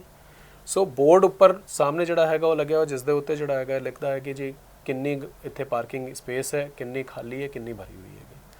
ਸੋ ਬੰਦੇ ਨੂੰ ਜਿਹੜਾ ਹੈਗਾ ਪਤਾ ਹੈਗਾ ਕਿ ਹਾਂ ਜੀ ਮੈਂ ਅੰਦਰ ਜਾ ਸਕਦਾ ਹਾਂ, ਨਹੀਂ ਜਾ ਸਕਦਾ। ਦੈਨ CCTV ਕੈਮਰਾ ਹੈ ਕਿ ਕੱਲ ਨੂੰ ਗੱਡੀ 'ਚੋਂ ਕੋਈ ਚੋਰੀ ਹੋ ਗਈ, ਕੁਝ ਹੋਰ ਹੋ ਗਈ, ਉਸ ਦੇ ਉੱਤੇ ਜਿਹੜਾ ਹੈ। ਦੈਨ ਅਗਰ ਅੰਦਰ ਹੈਫੇਜ਼ਰਡ ਜਿਹੜੀ ਹੈਗੀ ਪਾਰਕਿੰਗ ਹੋਈ ਹੈ ਉਸ ਦੇ ਲਈ ਵੀ ਚਾਲਾਨ ਦਾ ਜਿਹੜਾ ਹੈਗਾ ਪ੍ਰੋਵੀਜ਼ਨ ਹੈ। ਇਲੈਕਟ੍ਰੋਨਿਕ ਟਿਕਟਿੰਗ ਹੈ ਤਾਂ ਕਿ ਕੋਈ ਇਹ ਨਾ ਲੜ ਸਕੇ ਕਿ ਜੀ ਮੈਂ ਤਾਂ 10 ਮਿੰਟ ਹੋਏ ਹੈ, ਘੰਟਾ ਭਰ ਹੋਇਆ ਹੈ। ਜਿਸ ਟਾਈਮ ਤੁਸੀਂ ਐਂਟਰ ਕਰ ਰਹੇ ਹੋ ਤੁਹਾਨੂੰ ਇਲੈਕਟ੍ਰੋਨਿਕ ਟਿਕਟ ਜਿਹੜੀ ਹੈਗੀ ਮਿਲ ਰਹੀ ਹੈਗੀ, ਤੁਹਾਨੂੰ ਪਤਾ ਹੈ ਉਸ ਦੇ ਉੱਤੇ ਟਾਈਮ ਡਲਿਆ ਹੋਇਆ ਹੈ ਕਿ ਇੰਨੇ ਟਾਈਮ ਤੇ ਤੁਹਾਡੀ ਐਂਟਰੀ ਹੋਈ ਹੈ। ਸੋ ਇੰਨੇ ਇੱਕ ਬੇਸਿਕ ਫੀਚਰ ਜਿਹੜੇ ਹੈਗੇ ਉਹ ਰੱਖੇ ਹੋਏ ਹੈਗੇ ਜਿਹੜੇ ਸਮਾਰਟ ਪਾਰਕਿੰਗ ਦੇ। ਬਾਕੀ ਇਹਨੂੰ ਸਮਾਰਟ ਪਾਰਕਿੰਗ ਨੂੰ ਜਿੰਨਾ ਸਮਾਰਟ ਬਣਾਉਣਾ ਚਾਹੋ ਉਨਾ ਬਣਾ ਸਕਦੇ, ਲੇਕਿਨ ਉਹਦੀ ਯੂਜ਼ ਕੀ ਹੋਏਗੀ ਔਰ ਅਲਟੀਮੇਟਲੀ ਲੋਕਾਂ ਨੂੰ ਉਹਦਾ ਕਿੰਨਾ ਫਾਇਦਾ ਹੋਏਗਾ ਉਸ ਚੀਜ਼ ਨੂੰ ਸਮਝਣ ਦੀ ਲੋੜ ਹੈਗੀ। ਔਰ ਓਬਵੀਅਸਲੀ ਜਿੰਨਾ ਆਪਾਂ ਕੋਸਟ बढ़ाते ਜਾਵਾਂਗੇ ਉਨੀ ਹੀ ਜਿਹੜੀ ਹੈਗੀ ਉਹਦੀ ਪਾਰਕਿੰਗ ਦੀ ਰੇਟਸ ਵੀ बढ़ती ਜਾਣਗੀਆਂ। ਸੋ ਮੈਨੂੰ ਲੱਗਦਾ ਅੱਜ ਦੀ ਘੜੀ ਜਿਹੜੀ ਪਾਰਕਿੰਗ ਰੇਟਸ ਹੈਗੀਆਂ ਉਹ ਬੜੀ ਰੀਜ਼ਨੇਬਲ ਹੈ, ਔਰ ਸਮਾਰਟ ਪਾਰਕਿੰਗ ਫੀਚਰਸ ਜਿਹੜੇ ਹੈਗੇ ਉਹ ਵੀ ਰੀਜ਼ਨੇਬਲ ਹੈ ਜਿਹੜੇ ਕਿ ਜਿੰਨੇ ਹੋ ਸਕਦੇ ਹੈਗੇ। ਔਰ ਇਸ ਸਟੇਜ ਤੇ ਅਗਰ ਪਾਰਕਿੰਗ ਦਾ ਕਹੀਏ ਕਿ ਕਿਸੇ ਨੂੰ ਕੋਈ ਮੁੱਦਾ ਹੋਏ ਕਿ ਜੀ ਨਹੀਂ ਜੀ ਪਾਰਕਿੰਗ ਜਿਹੜੇ ਹੈਗੇ ਰੇਟ ਜ਼ਿਆਦਾ ਲਈ ਜਾ ਰਹੀ ਹੈ ਜਾਂ ਪਾਰਕਿੰਗ ਤੇ ਕੋਈ ਹਰਾਸਮੈਂਟ ਹੋ ਰਹੀ ਹੈ, ਮੈਨੂੰ ਨਹੀਂ ਲੱਗਦਾ ਕਿ ਇਸ ਤਰ੍ਹਾਂ ਦਾ ਕੋਈ ਇਸ਼ੂ ਸਾਹਮਣੇ। ਠੀਕ ਹੈ, ਚਲੋ ਹੁਣ ਆਪਾਂ ਹੌਲੀ ਬਰੀਫ ਸਮੇਟਦੇ ਹਾਂ। ਤੇ ਤੁਸੀਂ ਇਹ ਦੱਸੋ ਕਿ ਜਿਹੜੀ ਆਪਾਂ ਗੱਲ ਕਰਦੇ ਜੀਗੇ ਆਪਣਾ ਰੈਵਨਿਊ ਕਾਰਪੋਰੇਸ਼ਨ ਨੂੰ ਆਉਣ ਵਾਸਤੇ ਤੁਸੀਂ ਕਿਹੜੇ ਐਸੇ ਕੰਮ ਕੀਤੇ, ਬਰੀਫ ਦੱਸਿਓ। ਦੇਖੋ ਰੈਵਨਿਊ ਜਿਹੜਾ ਹੈਗਾ ਆਉਣ ਦੇ ਲਈ ਕਿਉਂਕਿ ਉਹ ਬਹੁਤ ਅਹਿਮ ਚੀਜ਼ ਹੈ। ਜਿਹੜੀ ਮੇਜਰ ਚੀਜ਼ਾਂ ਹੈ ਉਹ ਮੈਂ ਦੱਸ ਦਿੰਦਾ। ਪਹਿਲਾ ਜਿਹੜਾ ਹੈਗਾ ਜਿੰਨੇ ਏਰੀਅਰ ਸੀਗੇ ਉਹਨਾਂ ਨੂੰ ਵਸੂਲਿਆ ਤਾਂ ਕਿ ਜਿਹੜਾ ਹੈਗਾ ਜ਼ਿਆਦਾ ਸਾਡੀ ਜਿਹੜੀ ਪੁਰਾਣੀ ਲੈਣਦਾਰੀਆਂ ਪਈ ਹੋਈ ਹੈਗੀ ਉਹਨਾਂ ਨੂੰ ਜਿਹੜਾ ਹੈਗਾ ਨਿਕਾਲੀਏ। ਦੂਸਰਾ ਅਸੀਂ ਰਿਕੁਐਸਟ ਕੀਤੀ ਪ੍ਰਸ਼ਾਸਨ ਨੂੰ, ਉਹਨਾਂ ਨੇ ਸਾਨੂੰ 2 ਪੈਟਰੋਲ ਪੰਪਸ ਜਿਹੜੇ ਹੈਗੇ ਉਹਦੇ ਉੱਤੇ, ਸੋ ਦੋਨੋਂ ਪੈਟਰੋਲ ਪੰਪਸ ਜਿਹੜੇ ਹੈਗੇ ਫੰਕਸ਼ਨਲ ਹੋ ਗਏ, ਇੰਡੀਅਨ ਆਇਲ ਨਾਲ ਜਿਹੜਾ ਹੈਗਾ ਟਾਈਪ ਹੋ ਗਿਆ। ਤਾਂ ਕਰੀਬ ਹਰ ਸਾਲ ਜਿਹੜਾ ਹੈਗਾ 2 ਕਰੋੜ ਰੁਪਏ ਇੱਕ ਪੈਟਰੋਲ ਪੰਪ ਤੋਂ ਆਉਂਦਾ, ਤਾਂ 4 ਕਰੋੜ ਰੁਪਏ ਦੀ ਇਨਕਮ ਸਾਨੂੰ ਉੱਥੋਂ ਹੋਣ ਲੱਗੇ। ਉਹਦੇ ਬਾਅਦ ਇੱਥੇ ਐਡਵਰਟਾਈਜ਼ਮੈਂਟ ਤੋਂ ਪੈਸਾ ਜਿਹੜਾ ਹੈਗਾ ਕਿਸੇ ਤਰ੍ਹਾਂ ਦਾ ਨਹੀਂ ਲਿਆ ਜਾਂਦਾ ਸੀ। ਸੋ ਇਹ ਕੁਝ ਇਸ ਤਰ੍ਹਾਂ ਦੀ ਚੀਜ਼ਾਂ ਜਿਨ੍ਹਾਂ ਦੇ ਵਿੱਚ ਆਮ ਲੋਕਾਂ ਤੇ ਕੋਈ ਪ੍ਰਭਾਵ ਨਹੀਂ ਪੈ ਰਿਹਾ। ਸੋ ਅਸੀਂ ਪ੍ਰਸ਼ਾਸਨ ਨੂੰ ਕਿਹਾ ਕਿ ਜੀ ਕੁਝ ਸੈਕਟਰ 'ਚ ਸਾਨੂੰ ਜਿਹੜਾ ਹੈਗਾ ਐਡਵਰਟਾਈਜ਼ਮੈਂਟ ਲਗਾਉਣ ਦੀ ਪਰਮਿਸ਼ਨ ਦਿਓ। ਤਾਂ ਉਹਨਾਂ ਨੇ ਯੂਨੀਪੋਲ ਜਿਹੜੇ ਹੈਗੇ ਉਹ ਲਗਾਉਣ ਦੀ ਸਾਨੂੰ ਪਰਮਿਸ਼ਨ ਦਿੱਤੀ। ਉਹਨਾਂ ਯੂਨੀਪੋਲਸ ਨਾਲ ਜਿਹੜਾ ਹੈਗਾ ਸਾਨੂੰ ਸਾਲ 'ਚ ਕਰੀਬ ਸਵਾ ਕਰੋੜ ਰੁਪਏ ਜਿਹੜਾ ਹੈਗਾ ਆਉਣਾ ਸ਼ੁਰੂ ਹੋ ਗਿਆ। 24 ਜਗ੍ਹਾ ਤੇ ਸਾਨੂੰ ਯੂਨੀਪੋਲ ਲਗਾਉਣ ਦੀ ਪਰਮਿਸ਼ਨ ਮਿਲੀ। ਸਰ ਇੱਕ ਮੈਂ ਐਡ ਕਰਾਂਗਾ, ਐਡ ਦੀ ਗੱਲ, ਜਿਹੜੇ ਟਾਇਲਟਸ ਤੇ ਇੱਕ ਬਹੁਤ ਵੱਡਾ ਮਾਮਲਾ ਚੱਲ ਰਿਹਾ ਸੀ ਕਿ ਐਡ ਦਾ, ਉਹ ਸੁਧਰ ਗਿਆ? ਹਾਂਜੀ ਉਹ ਅਗਲਾ ਉਸੇ ਤੇ ਆ ਰਿਹਾ ਜੀ। ਠੀਕ ਹੈ ਕਿ ਉਹਦੇ ਬਾਅਦ ਜਿਹੜਾ ਹੈਗਾ ਸਾਰੇ ਟਾਇਲਟ ਬਲੌਕ ਸੀਗੇ, ਉਹਨਾਂ ਦੇ ਵਿੱਚ ਪਹਿਲਾਂ ਇਹ ਹੋਇਆ ਕਿ ਜੀ ਸਾਰਿਆਂ ਤੇ ਐਡ ਲਗਾ ਦਿਓ। ਹੁਣ ਕਈ ਟਾਇਲਟ ਬਲੌਕ ਦੀ ਐਡ ਦੀ ਸਪੇਸ ਹੀ ਨਹੀਂ ਹੈ, ਕਿਸੇ ਦੀ ਵਿਜ਼ਿਬਿਲਿਟੀ ਨਹੀਂ ਹੈ। ਅਸੀਂ ਇਹ ਕਿਹਾ ਕਿ ਇੱਕ ਵਾਰ ਪੂਰਾ ਚੈੱਕ ਕਰਵਾ ਕੇ 55 ਜਿਹੜੇ ਹੈਗੇ ਅਸੀਂ ਟਾਇਲਟ ਇਸ ਤਰ੍ਹਾਂ ਦੇ ਲੱਭੇ ਜਿਨ੍ਹਾਂ ਦੇ ਵਿੱਚ ਸਕੋਪ ਅੱਛਾ ਹੈ, ਵਿਜ਼ਿਬਿਲਿਟੀ ਚੰਗੀ ਹੈਗੀ, ਉਹਨਾਂ ਨੂੰ ਦਿੱਤਾ। ਔਰ ਤੁਸੀਂ ਮੰਨੋਗੇ ਨਹੀਂ, ਸਾਨੂੰ ਅਗਲੇ 5 ਸਾਲਾਂ 'ਚ ਉਹਦੇ ਵਿੱਚੋਂ 27 ਕਰੋੜ ਰੁਪਏ ਦੀ ਇਨਕਮ ਹੋਣੀ ਹੈ ਜੀ। ਹਰ ਸਾਲ ਜਿਹੜਾ ਹੈਗਾ ਅਭੀ ਜਿਵੇਂ ਪਹਿਲੇ ਸਾਲ 'ਚ ਜਿਹੜਾ ਹੈਗਾ ਕਰੀਬ 4.5 ਕਰੋੜ ਰੁਪਏ ਦੀ ਇਨਕਮ ਹੋਣੀ ਹੈ, ਅਗਲੇ ਸਾਲ ਜਿਹੜੀ ਹੈਗੀ ਉਹ ਕਰੀਬ 5.5 ਦੀ ਹੋ ਜਾਏਗੀ। ਸੋ ਉਹ ਜਿਹੜੀ ਹੈਗੀ ਇਨਕਮ ਇਸ ਤਰ੍ਹਾਂ ਦੀ ਹੈ ਜਿਨ੍ਹਾਂ ਦੇ ਨਾਲ ਆਮ ਬੰਦੇ ਦੇ ਉੱਤੇ ਕੋਈ ਜਿਹੜਾ ਹੈਗਾ ਬੋਝ ਨਹੀਂ ਪਿਆ ਹੈਗਾ। ਔਰ ਇਸੇ ਤਰੀਕੇ ਨਾਲ ਜਿਹੜਾ ਹੈਗਾ ਅਸੀਂ ਆਪਣੇ ਖਰਚਿਆਂ ਨੂੰ ਵੀ ਜਿਹੜਾ ਹੈਗਾ ਕੱਟ ਕੀਤਾ ਕਿ ਕਿਸ ਜਗ੍ਹਾ ਤੇ ਜਿਹੜਾ ਹੈਗਾ ਸਾਡਾ ਐਕਸਟਰਾ ਖਰਚਾ ਹੋ ਰਿਹਾ ਹੈ, ਐਕਸਟਰਾ ਮੈਨ ਪਾਵਰ ਲੱਗੀ ਹੋਈ ਹੈ। ਕਿ ਜਿਵੇਂ ਬਤਾ ਰਿਹਾ ਕਿ ਸਾਡੇ ਜਿੰਨਾ ਕੁ ਲੋਕ ਮਤਲਬ EMPLOYEES ਲੱਗੇ ਹੋਏ ਹੈਗੇ, ਉਹਨਾਂ ਦੇ ਵਿੱਚੋਂ ਇਹ ਪਾਇਆ ਗਿਆ ਕਿ ਇੱਕ ਟਿਊਬਵੈਲ ਤੇ ਉੱਤੇ ਕਿੰਨੇ EMPLOYEES ਹੋ ਸਕਦੇ ਹੈਗੇ ਤੁਹਾਡੇ ਹਿਸਾਬ ਨਾਲ? ਕਿੰਨੇ EMPLOYE? ਇੱਕ ਬੰਦਾ ਜ਼ਿਆਦਾ ਜ਼ਿਆਦਾ, ਜਾਂ ਅਗਰ 3 ਸ਼ਿਫਟ ਚੱਲ ਰਹੀ ਹੈ ਤਾਂ 3 ਬੰਦੇ। ਹਾਂਜੀ, ਸਾਡੇ ਇੱਕ ਟਿਊਬਵੈਲ ਤੇ ਉੱਤੇ 8 ਬੰਦੇ ਹੁੰਦੇ ਸੀ। ਅੱਛਾ ਜੀ, 5 ਬੰਦੇ ਜ਼ਿਆਦਾ, 3 ਬੰਦੇ 3 ਸ਼ਿਫਟਾਂ 'ਚ ਜਿਹੜਾ ਹੈਗਾ ਉਹ ਆਪਰੇਟਰ ਹੁੰਦੇ ਸੀ, ਟਿਊਬਵੈਲ ਆਪਰੇਟਰ। 3 ਉੱਥੇ ਜਿਹੜਾ ਹੈਗਾ ਚੌਕੀਦਾਰ ਹੁੰਦੇ ਸੀ ਜੀ, ਇੱਕ ਮਾਲੀ ਹੁੰਦਾ ਸੀ, ਇੱਕ ਸਫਾਈ ਵਾਲਾ ਹੁੰਦਾ ਸੀ, ਤੇ ਉਹ ਜਗ੍ਹਾ ਹੁੰਦੀ ਸੀ ਕਰੀਬ 1 ਕਨਾਲ ਤੋਂ ਵੀ ਘੱਟ ਜੀ। ਅਸੀਂ ਆ ਕੇ ਕਿਹਾ ਕਿ ਜੀ ਇਹ ਬਹੁਤ ਵੇਸਟੇਜ ਹੈਗਾ, ਇਹਨੂੰ ਜਿਹੜਾ ਹੈਗਾ ਵੇਸਟੇਜ ਨੂੰ ਠੀਕ ਕਰਨ ਦੀ ਲੋੜ ਹੈ। ਅਸੀਂ ਉਹਨਾਂ ਨੂੰ ਕਿਹਾ ਕਿ ਜੋ ਚੌਕੀਦਾਰ ਹੈ ਉਹੀ ਟਿਊਬਵੈਲ ਆਪਰੇਟਰ ਵੀ ਹੋ ਸਕਦਾ ਹੈ, ਟਿਊਬਵੈਲ ਆਪਰੇਟਰ ਵੀ ਚੌਕੀਦਾਰੀ ਕਰ ਸਕਦਾ ਹੈ। ਉਹ ਕਰਕੇ 3 ਬੰਦੇ ਜਿਹੜੇ ਹੈਗੇ ਉੱਤੇ ਕੀਤੇ, ਹਰ 3 ਟਿਊਬਵੈਲ ਦੇ ਉੱਤੇ ਇੱਕ ਮਾਲੀ ਰੱਖਿਆ ਕਿ ਤਿੰਨੋਂ ਟਿਊਬਵੈਲਸ ਨੂੰ ਜਿਹੜਾ ਹੈਗਾ ਮਾਲੀ ਉਹ ਅਕੇਲਾ ਸੰਭਾਲ ਲੇਗਾ, ਕੋਈ ਦਿੱਕਤ ਨਹੀਂ, ਤੇ ਉਹੀ ਨਾਲ ਜਿਹੜਾ ਹੈਗਾ ਸਫਾਈ ਵੀ ਕਰ ਦਿਆ ਕਰੇਗਾ। ਸੋ ਕਾਫੀ ਹੱਦ ਤੱਕ ਜਿਹੜਾ ਹੈਗਾ ਇਸ ਤਰ੍ਹਾਂ ਦੀ ਚੀਜ਼ਾਂ ਕੀਤੀ ਜਿਨ੍ਹਾਂ ਦੇ ਨਾਲ ਕਿ ਇਹ 'ਚ ਕਿੰਨਾ ਫਾਇਦਾ ਹੋਇਆ ਜਿਹੜੀ ਘਟਾਈ?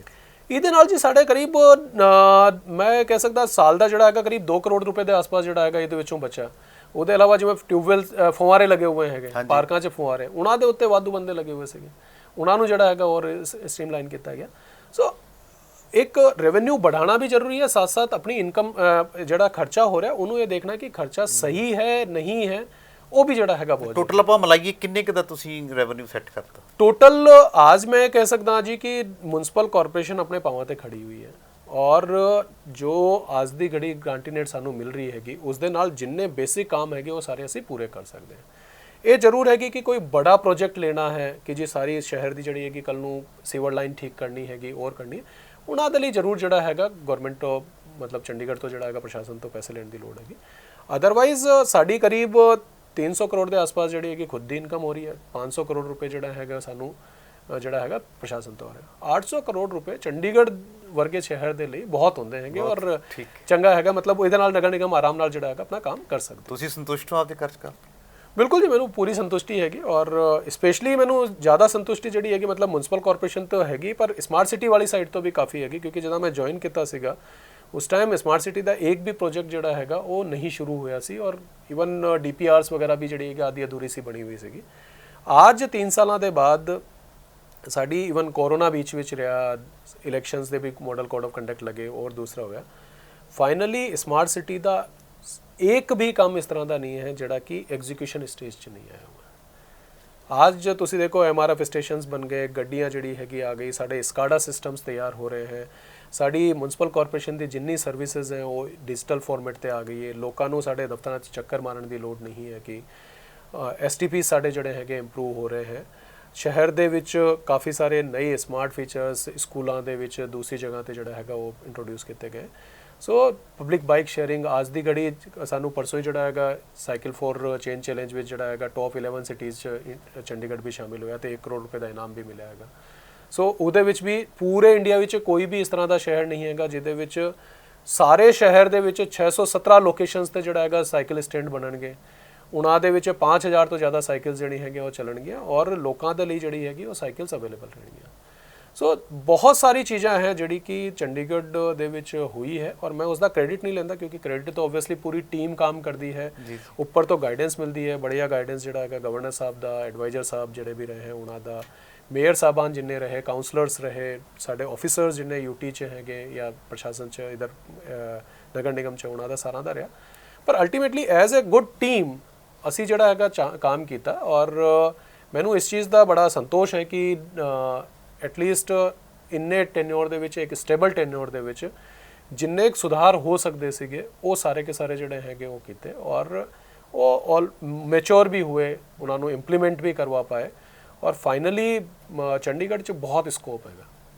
ਚਲੋ ਤੁਸੀਂ ਇੱਕ ਦੋ ਲੈਣਾ 'ਚ ਗੱਲ ਸਮਿੱਟੀ ਆਪਾਂ, ਪਿੱਤਰੀ ਰਾਜ ਯਾਨੀ ਸੂਬੇ ਤੋਂ ਤੇ ਯੂਟੀ ਚੰਡੀਗੜ੍ਹ ਦੇ ਵਿੱਚ ਕੀ ਵਖਰੇਵਾਂ ਹੈ, ਵੱਖਰਾਪਣ ਕੀ ਹੈ? ਤੁਸੀਂ ਬੇਸਿਕਲੀ ਪੰਜਾਬ ਕੈਡਰ ਔਰ ਚੰਡੀਗੜ੍ਹ ਦਾ ਜਿਹੜਾ ਹੈਗਾ ਕਰਨਾ ਚਾਹ ਰਹੇ, ਦੇਖੋ ਦੋ ਤਿੰਨ ਚੀਜ਼ਾਂ ਦਾ ਜਿਹੜਾ ਹੈਗਾ ਫਰਕ ਹੈਗਾ। ਇੱਕ ਪਹਿਲਾ ਹੈਗਾ ਕਿ ਕਿਉਂਕਿ ਕੋਈ ਵੀ ਸਟੇਟ ਹੁੰਦੀ ਹੈ ਉਹਦੇ ਵਿੱਚ ਆਪਣੀ ਇੱਕ ਗਵਰਨਮੈਂਟ ਹੁੰਦੀ ਹੈ, ਉਹਨਾਂ ਦਾ ਆਪਣਾ ਕੈਬਨਿਟ ਹੁੰਦੀ ਹੈ, ਸੀਐਮ ਸਾਹਿਬ ਹੁੰਦੇ ਹੈ, ਅਸੈਂਬਲੀ ਹੁੰਦੀ ਹੈਗੀ। ਸੋ ਉਹਨਾਂ ਦੇ ਕੋਲ ਜ਼ਿਆਦਾ ਅਖਤਿਆਰ ਹੁੰਦੇ ਹੈ, ਉਹ ਆਪਣੇ ਡਿਸੀਜਨਸ ਜਿਹੜੇ ਹੈਗੇ ਉਹ ਲੈ ਸਕਦੇ ਹੈ ਔਰ ਬੜਾ ਸਪੀਡ ਨਾਲ ਜਿਹੜਾ ਹੈਗਾ ਡਿਸੀਜਨ ਉੱਥੇ ਲੈ ਜਾਂਦੇ ਹੈਗੇ। ਯੂਨੀਅਨ ਟੈਰੀਟਰੀਜ਼ 'ਚ ਜਿਹੜਾ ਹੈਗਾ ਕਿਉਂਕਿ ਕਾਫੀ ਸਾਰੇ ਇਸ਼ੂਜ਼ ਜਿਹੜੇ ਹੈਗੇ ਉਹ ਇਸ ਤਰ੍ਹਾਂ ਦੇ ਹੁੰਦੇ ਜਿਹੜੇ ਕਿ ਸਾਡੇ ਤੋਂ ਨਗਰ ਨਿਗਮ ਦੇ ਹੈ ਤਾਂ ਇੱਥੇ ਹੀ ਜਿਹੜਾ ਹੈਗਾ ਪੂਰੇ ਹੋ ਜਾਂਦੇ, ਲੇਕਿਨ ਕਈ ਇਸ਼ੂਜ਼ ਇਸ ਤਰ੍ਹਾਂ ਦੇ ਹੁੰਦੇ ਜਿਹੜੇ ਕਿ ਜਿਨ੍ਹਾਂ ਦੇ ਵਿੱਚ ਥੋੜ੍ਹਾ ਟਾਈਮ ਲੱਗਦਾ ਹੈਗਾ। ਸੋ ਉਹ ਇੱਕ ਮੈਨੂੰ ਲੱਗਿਆ ਕਿ ਜਿਹੜਾ ਕਿ ਡਿਫਰੈਂਸ ਹੈ ਇੱਥੇ। ਦੂਸਰਾ ਚੰਡੀਗੜ੍ਹ 'ਚ ਕੰਮ ਕਰਨ ਦਾ ਇੱਕ ਇਹ ਫਾਇਦਾ ਹੈਗਾ ਕਿ ਸਟੇਬਲ ਟੈਨਿਓਰ ਜਿਹੜਾ ਮੈਂ ਤੁਹਾਨੂੰ ਪਹਿਲਾਂ ਵੀ ਕਿਹਾ ਸੀਗਾ ਕਿ 3 ਸਾਲ ਪੱਕੇ ਹੈਗੇ ਕਿ ਤੁਹਾਨੂੰ ਇੱਥੇ ਕੰਮ ਕਰਨਾ ਹੈਗਾ, ਤੁਸੀਂ ਜੰਮ ਕੇ ਕੰਮ ਕਰ ਸਕਦੇ। ਲੇਕਿਨ ਸਟੇਟ 'ਚ ਜਿਹੜਾ ਹੈਗਾ ਯੂ ਨੈਵਰ ਨੋ, ਹੋ ਸਕਦਾ ਤੁਸੀਂ 3 ਸਾਲ ਪੂਰੇ ਵੀ ਜਿਹੜਾ ਹੈਗਾ ਕਰ ਲਓ, ਲੇਕਿਨ ਹੋ ਸਕਦਾ 3 ਮਹੀਨੇ ਬਾਅਦ ਵੀ ਔਰ 3 ਦਿਨ ਬਾਅਦ ਵੀ ਜਿਹੜਾ ਹੈਗਾ ਥੋੜਾ ਟ੍ਰਾਂਸਫਰ ਹੋ ਜਾਏ। ਤਾਂ ਇੱਕ ਉਹ ਜਿਹੜਾ ਹੈਗਾ ਫਾਇਦਾ ਇੱਥੇ ਰਹਿੰਦਾ। ਔਰ ਤੀਸਰਾ ਇੱਕ ਮੈਨੂੰ ਲੱਗਦਾ ਹੈ ਕਿ ਇੱਥੇ ਜਿਹੜਾ ਵਰਕ ਕਲਚਰ ਹੈਗਾ ਉਹਦੇ ਵਿੱਚ ਕਾਫੀ ਹੱਦ ਤੱਕ ਸੈਂਟਰਲ ਗਵਰਨਮੈਂਟ ਦਾ ਜਿਸ ਤਰ੍ਹਾਂ ਦਾ ਕੰਮ ਹੁੰਦਾ ਹੈ ਉਸ ਤਰ੍ਹਾਂ ਦਾ ਕੰਮ ਹੈਗਾ ਔਰ ਕਾਫੀ ਕੰਮ ਸਾਡੇ ਇਸ ਤਰ੍ਹਾਂ ਦੇ ਹੁੰਦੇ ਜਿਹੜੇ ਕਿ ਗਵਰਨਮੈਂਟ ਆਫ ਇੰਡੀਆ ਦੇ ਨਾਲ ਜਿਹੜਾ ਹੈਗਾ ਸਾਨੂੰ ਟੇਕਅਪ ਕਰਨੇ ਪੈਂਦੇ, ਉਹਨਾਂ ਦੇ ਨਾਲ ਮਿਨਿਸਟਰੀਜ਼ ਨਾਲ ਗੱਲ ਕਰਨੀ ਪੈਂਦੀ ਹੈ, ਉਹਨਾਂ ਦੇ ਨਾਲ ਇਸ਼ੂਜ਼ ਨੂੰ ਟੇਕਅਪ ਕਰਨਾ ਪੈਂਦਾ ਹੈਗਾ। ਸੋ ਉਹ ਇੱਕ ਐਕਸਪੋਜ਼ਰ ਇਸ ਤਰ੍ਹਾਂ ਦਾ ਹੈਗਾ ਜਿਹੜਾ ਸ਼ਾਇਦ ਸਟੇਟ 'ਚ ਜਿਹੜਾ ਹੈਗਾ ਇਸ ਲੈਵਲ ਤੇ ਨਹੀਂ ਮਿਲਦਾ। ਜਦੋਂ ਸੈਕਟਰੀ ਗਵਰਨਮੈਂਟ ਆਫ ਪੰਜਾਬ ਬਣ ਜਾਂਦੇ ਫਿਰ ਤੋਂ ਤੁਸੀਂ ਵੀ ਜਿਹੜਾ ਵਰਕ ਕਰਨ ਦਾ ਸਟਾਈਲ ਚੇਂਜ ਹੋ ਜਾਂਦਾ ਇੱਥੇ ਥੋੜਾ ਸਾ ਜਿਹੜਾ ਹੈਗਾ ਮੈਂ ਕਹਿ ਸਕਦਾ, ਕਿਉਂਕਿ ਯੂਨੀਅਨ ਟੈਰੀਟਰੀ ਹੋਣ ਦੀ ਵਜ੍ਹਾ ਤੋਂ ਜਿਹੜਾ ਹੈਗਾ ਵਰਕ ਕਲਚਰ ਵੀ ਅਲੱਗ ਤਰ੍ਹਾਂ ਦਾ ਹੈਗਾ, ਥੋੜਾ ਸਾ ਵਰਕਿੰਗ ਦੇ ਜਿਹੜੇ এনवायरमेंट ਹੈਗਾ ਉਹ ਵੀ ਜਿਹੜਾ ਹੈਗਾ ਅਲੱਗ ਤਰ੍ਹਾਂ ਦਾ ਹੈ। ਇਹ ਸਨ ਸ਼੍ਰੀ ਕਮਲ ਕਿਸ਼ੋਰ ਯਾਦਵ ਜੀ ਜਿਨ੍ਹਾਂ ਨੇ ਆਪਣੇ ਤਜਰਬੇ ਦਰਸ਼ਕਾਂ ਨਾਲ ਸਾਂਝੇ ਕੀਤੇ। ਮੈਨੂੰ ਲੱਗਦਾ ਕਿ ਦਰਸ਼ਕਾਂ ਨੂੰ ਜ਼ਰੂਰ ਇਹ ਵਖਰੇਵਾਂ ਪਤਾ ਲੱਗਿਆ ਹੋਇਆ ਕਿ ਇੱਕ ਸੂਬੇ 'ਚ ਕੰਮ ਕਰਨਾ ਤੇ ਇੱਕ ਯੂਟੀ ਦੇ ਵਿੱਚ ਕੰਮ ਕਰਨ 'ਚ ਕੀ ਵੱਖਰਾਪਣ ਹੈ ਤੇ ਉੱਥੋਂ ਦੀਆਂ ਚੁਣੌਤੀਆਂ ਕੀ ਨੇ ਤੇ ਇੱਥੋਂ ਦੀਆਂ ਚੁਣੌਤੀਆਂ ਕੀ ਨੇ। ਇੱਕ ਉਹਨਾਂ ਨੇ ਗੱਲ ਬੜੀ ਸਾਫ਼ ਉਹਨਾਂ ਦੀ ਪੁਣਛਾਣ 'ਚੋਂ ਆਪਾਂ ਦੇਖੀਏ ਤਾਂ ਨਿਕਲ ਕੇ ਆਈ ਹੈ ਕਿ ਜੇ ਅਧਿਕਾਰੀ ਕੰਮ ਕਰਨਾ ਚਾਹਵੇ ਤਾਂ ਇਹ ਕੋਈ ਵੱਡੀ ਗੱਲ ਨਹੀਂ ਕਿ ਉਹ ਕੰਮ ਨਾ ਕਰੇ।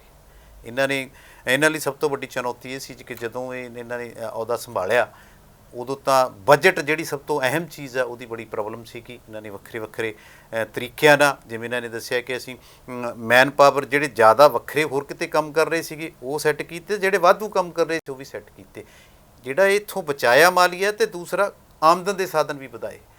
ਇਸ ਕਰਕੇ ਉਹ ਉਹਨਾਂ ਦੇ ਕਹਿਣ ਦੇ ਮੁਤਾਬਕ ਉਹ ਆਪਣੇ ਕੰਮ ਤੋਂ ਸੰਤੁਸ਼ਟ ਨੇ ਤੇ ਜਿਹੜੇ ਉਹਨਾਂ ਨੇ ਕੰਮ ਕੀਤੇ ਨੇ ਉਹ ਆਉਣ ਵਾਲੇ ਦਿਨਾਂ 'ਚ ਵੀ ਇੱਕ ਲੰਬਾ ਅਸਰ ਦਿਖਾਉਣਗੇ। ਜਿਹੜਾ ਸਭ ਤੋਂ ਵੱਡਾ ਕੰਮ ਸੀਗਾ ਡੰਪਿੰਗ ਗਰਾਊਂਡ ਦਾ, ਉਹ ਕਹਿੰਦੇ ਵੀ ਸਾਰਾ ਸਮਤਲ ਹੋ ਜਾਣਾ ਦਸੰਬਰ ਤੱਕ, ਯਾਨੀ ਕਿ ਇਹਨਾਂ ਦੇ ਜਾਣ ਤੋਂ ਬਾਅਦ ਉਹ ਅਸਰ ਨਜ਼ਰ ਆਊਗਾ। ਤੇ ਦੂਸਰਾ ਜਿਹੜਾ ਇਹਨਾਂ ਨੇ ਸਮਾਰਟ ਸਿਟੀ ਦੇ ਵਿੱਚ ਕੰਮ ਕੀਤੀ ਹੈ ਕਿ ਉਹਨਾਂ ਦਾ ਦਾਅਵਾ ਕੀ, ਉਹਨਾਂ ਦਾ ਕਨਫਰਮ ਹੈ ਕਿ ਮੈਂ ਜਿੰਨੇ ਕੰਮ ਸ਼ੁਰੂ ਕੀਤੇ ਸੀ ਸਾਰੇ ਕਨਫਰਮ ਨੇ ਤੇ ਉਹਦੇ ਵਿੱਚ ਅਵਾਰਡ ਵੀ ਲੈ ਕੇ ਆਏ ਨੇ ਉਹ। ਤੇ ਮੈਨੂੰ ਲੱਗਦਾ ਕਿ ਦਰਸ਼ਕ ਇਹਨਾਂ ਗੱਲਾਂ ਤੋਂ ਜਾਣੂ ਹੋ ਕੇ ਪ੍ਰਭਾਵਿਤ ਵੀ ਹੋਣਗੇ ਤੇ ਦੂਸਰਾ ਇਹ ਵੀ ਸਮਝਣਗੇ ਕਿ ਜਿਹੜੀ ਆਮ ਦਰਸ਼ਕ ਜਿਹੜੇ ਇੱਥੋਂ ਚੰਡੀਗੜ੍ਹ ਦੇ ਲੋਕ ਨੇ ਉਹ ਤਾਲਮੇਲ ਬਣਾ ਕੇ ਰੱਖਣ ਤਾਂ ਹਰੇਕ ਕੰਮ ਫੇਰ ਹੀ ਸਿਰੇ ਚੜ੍ਹਦਾ।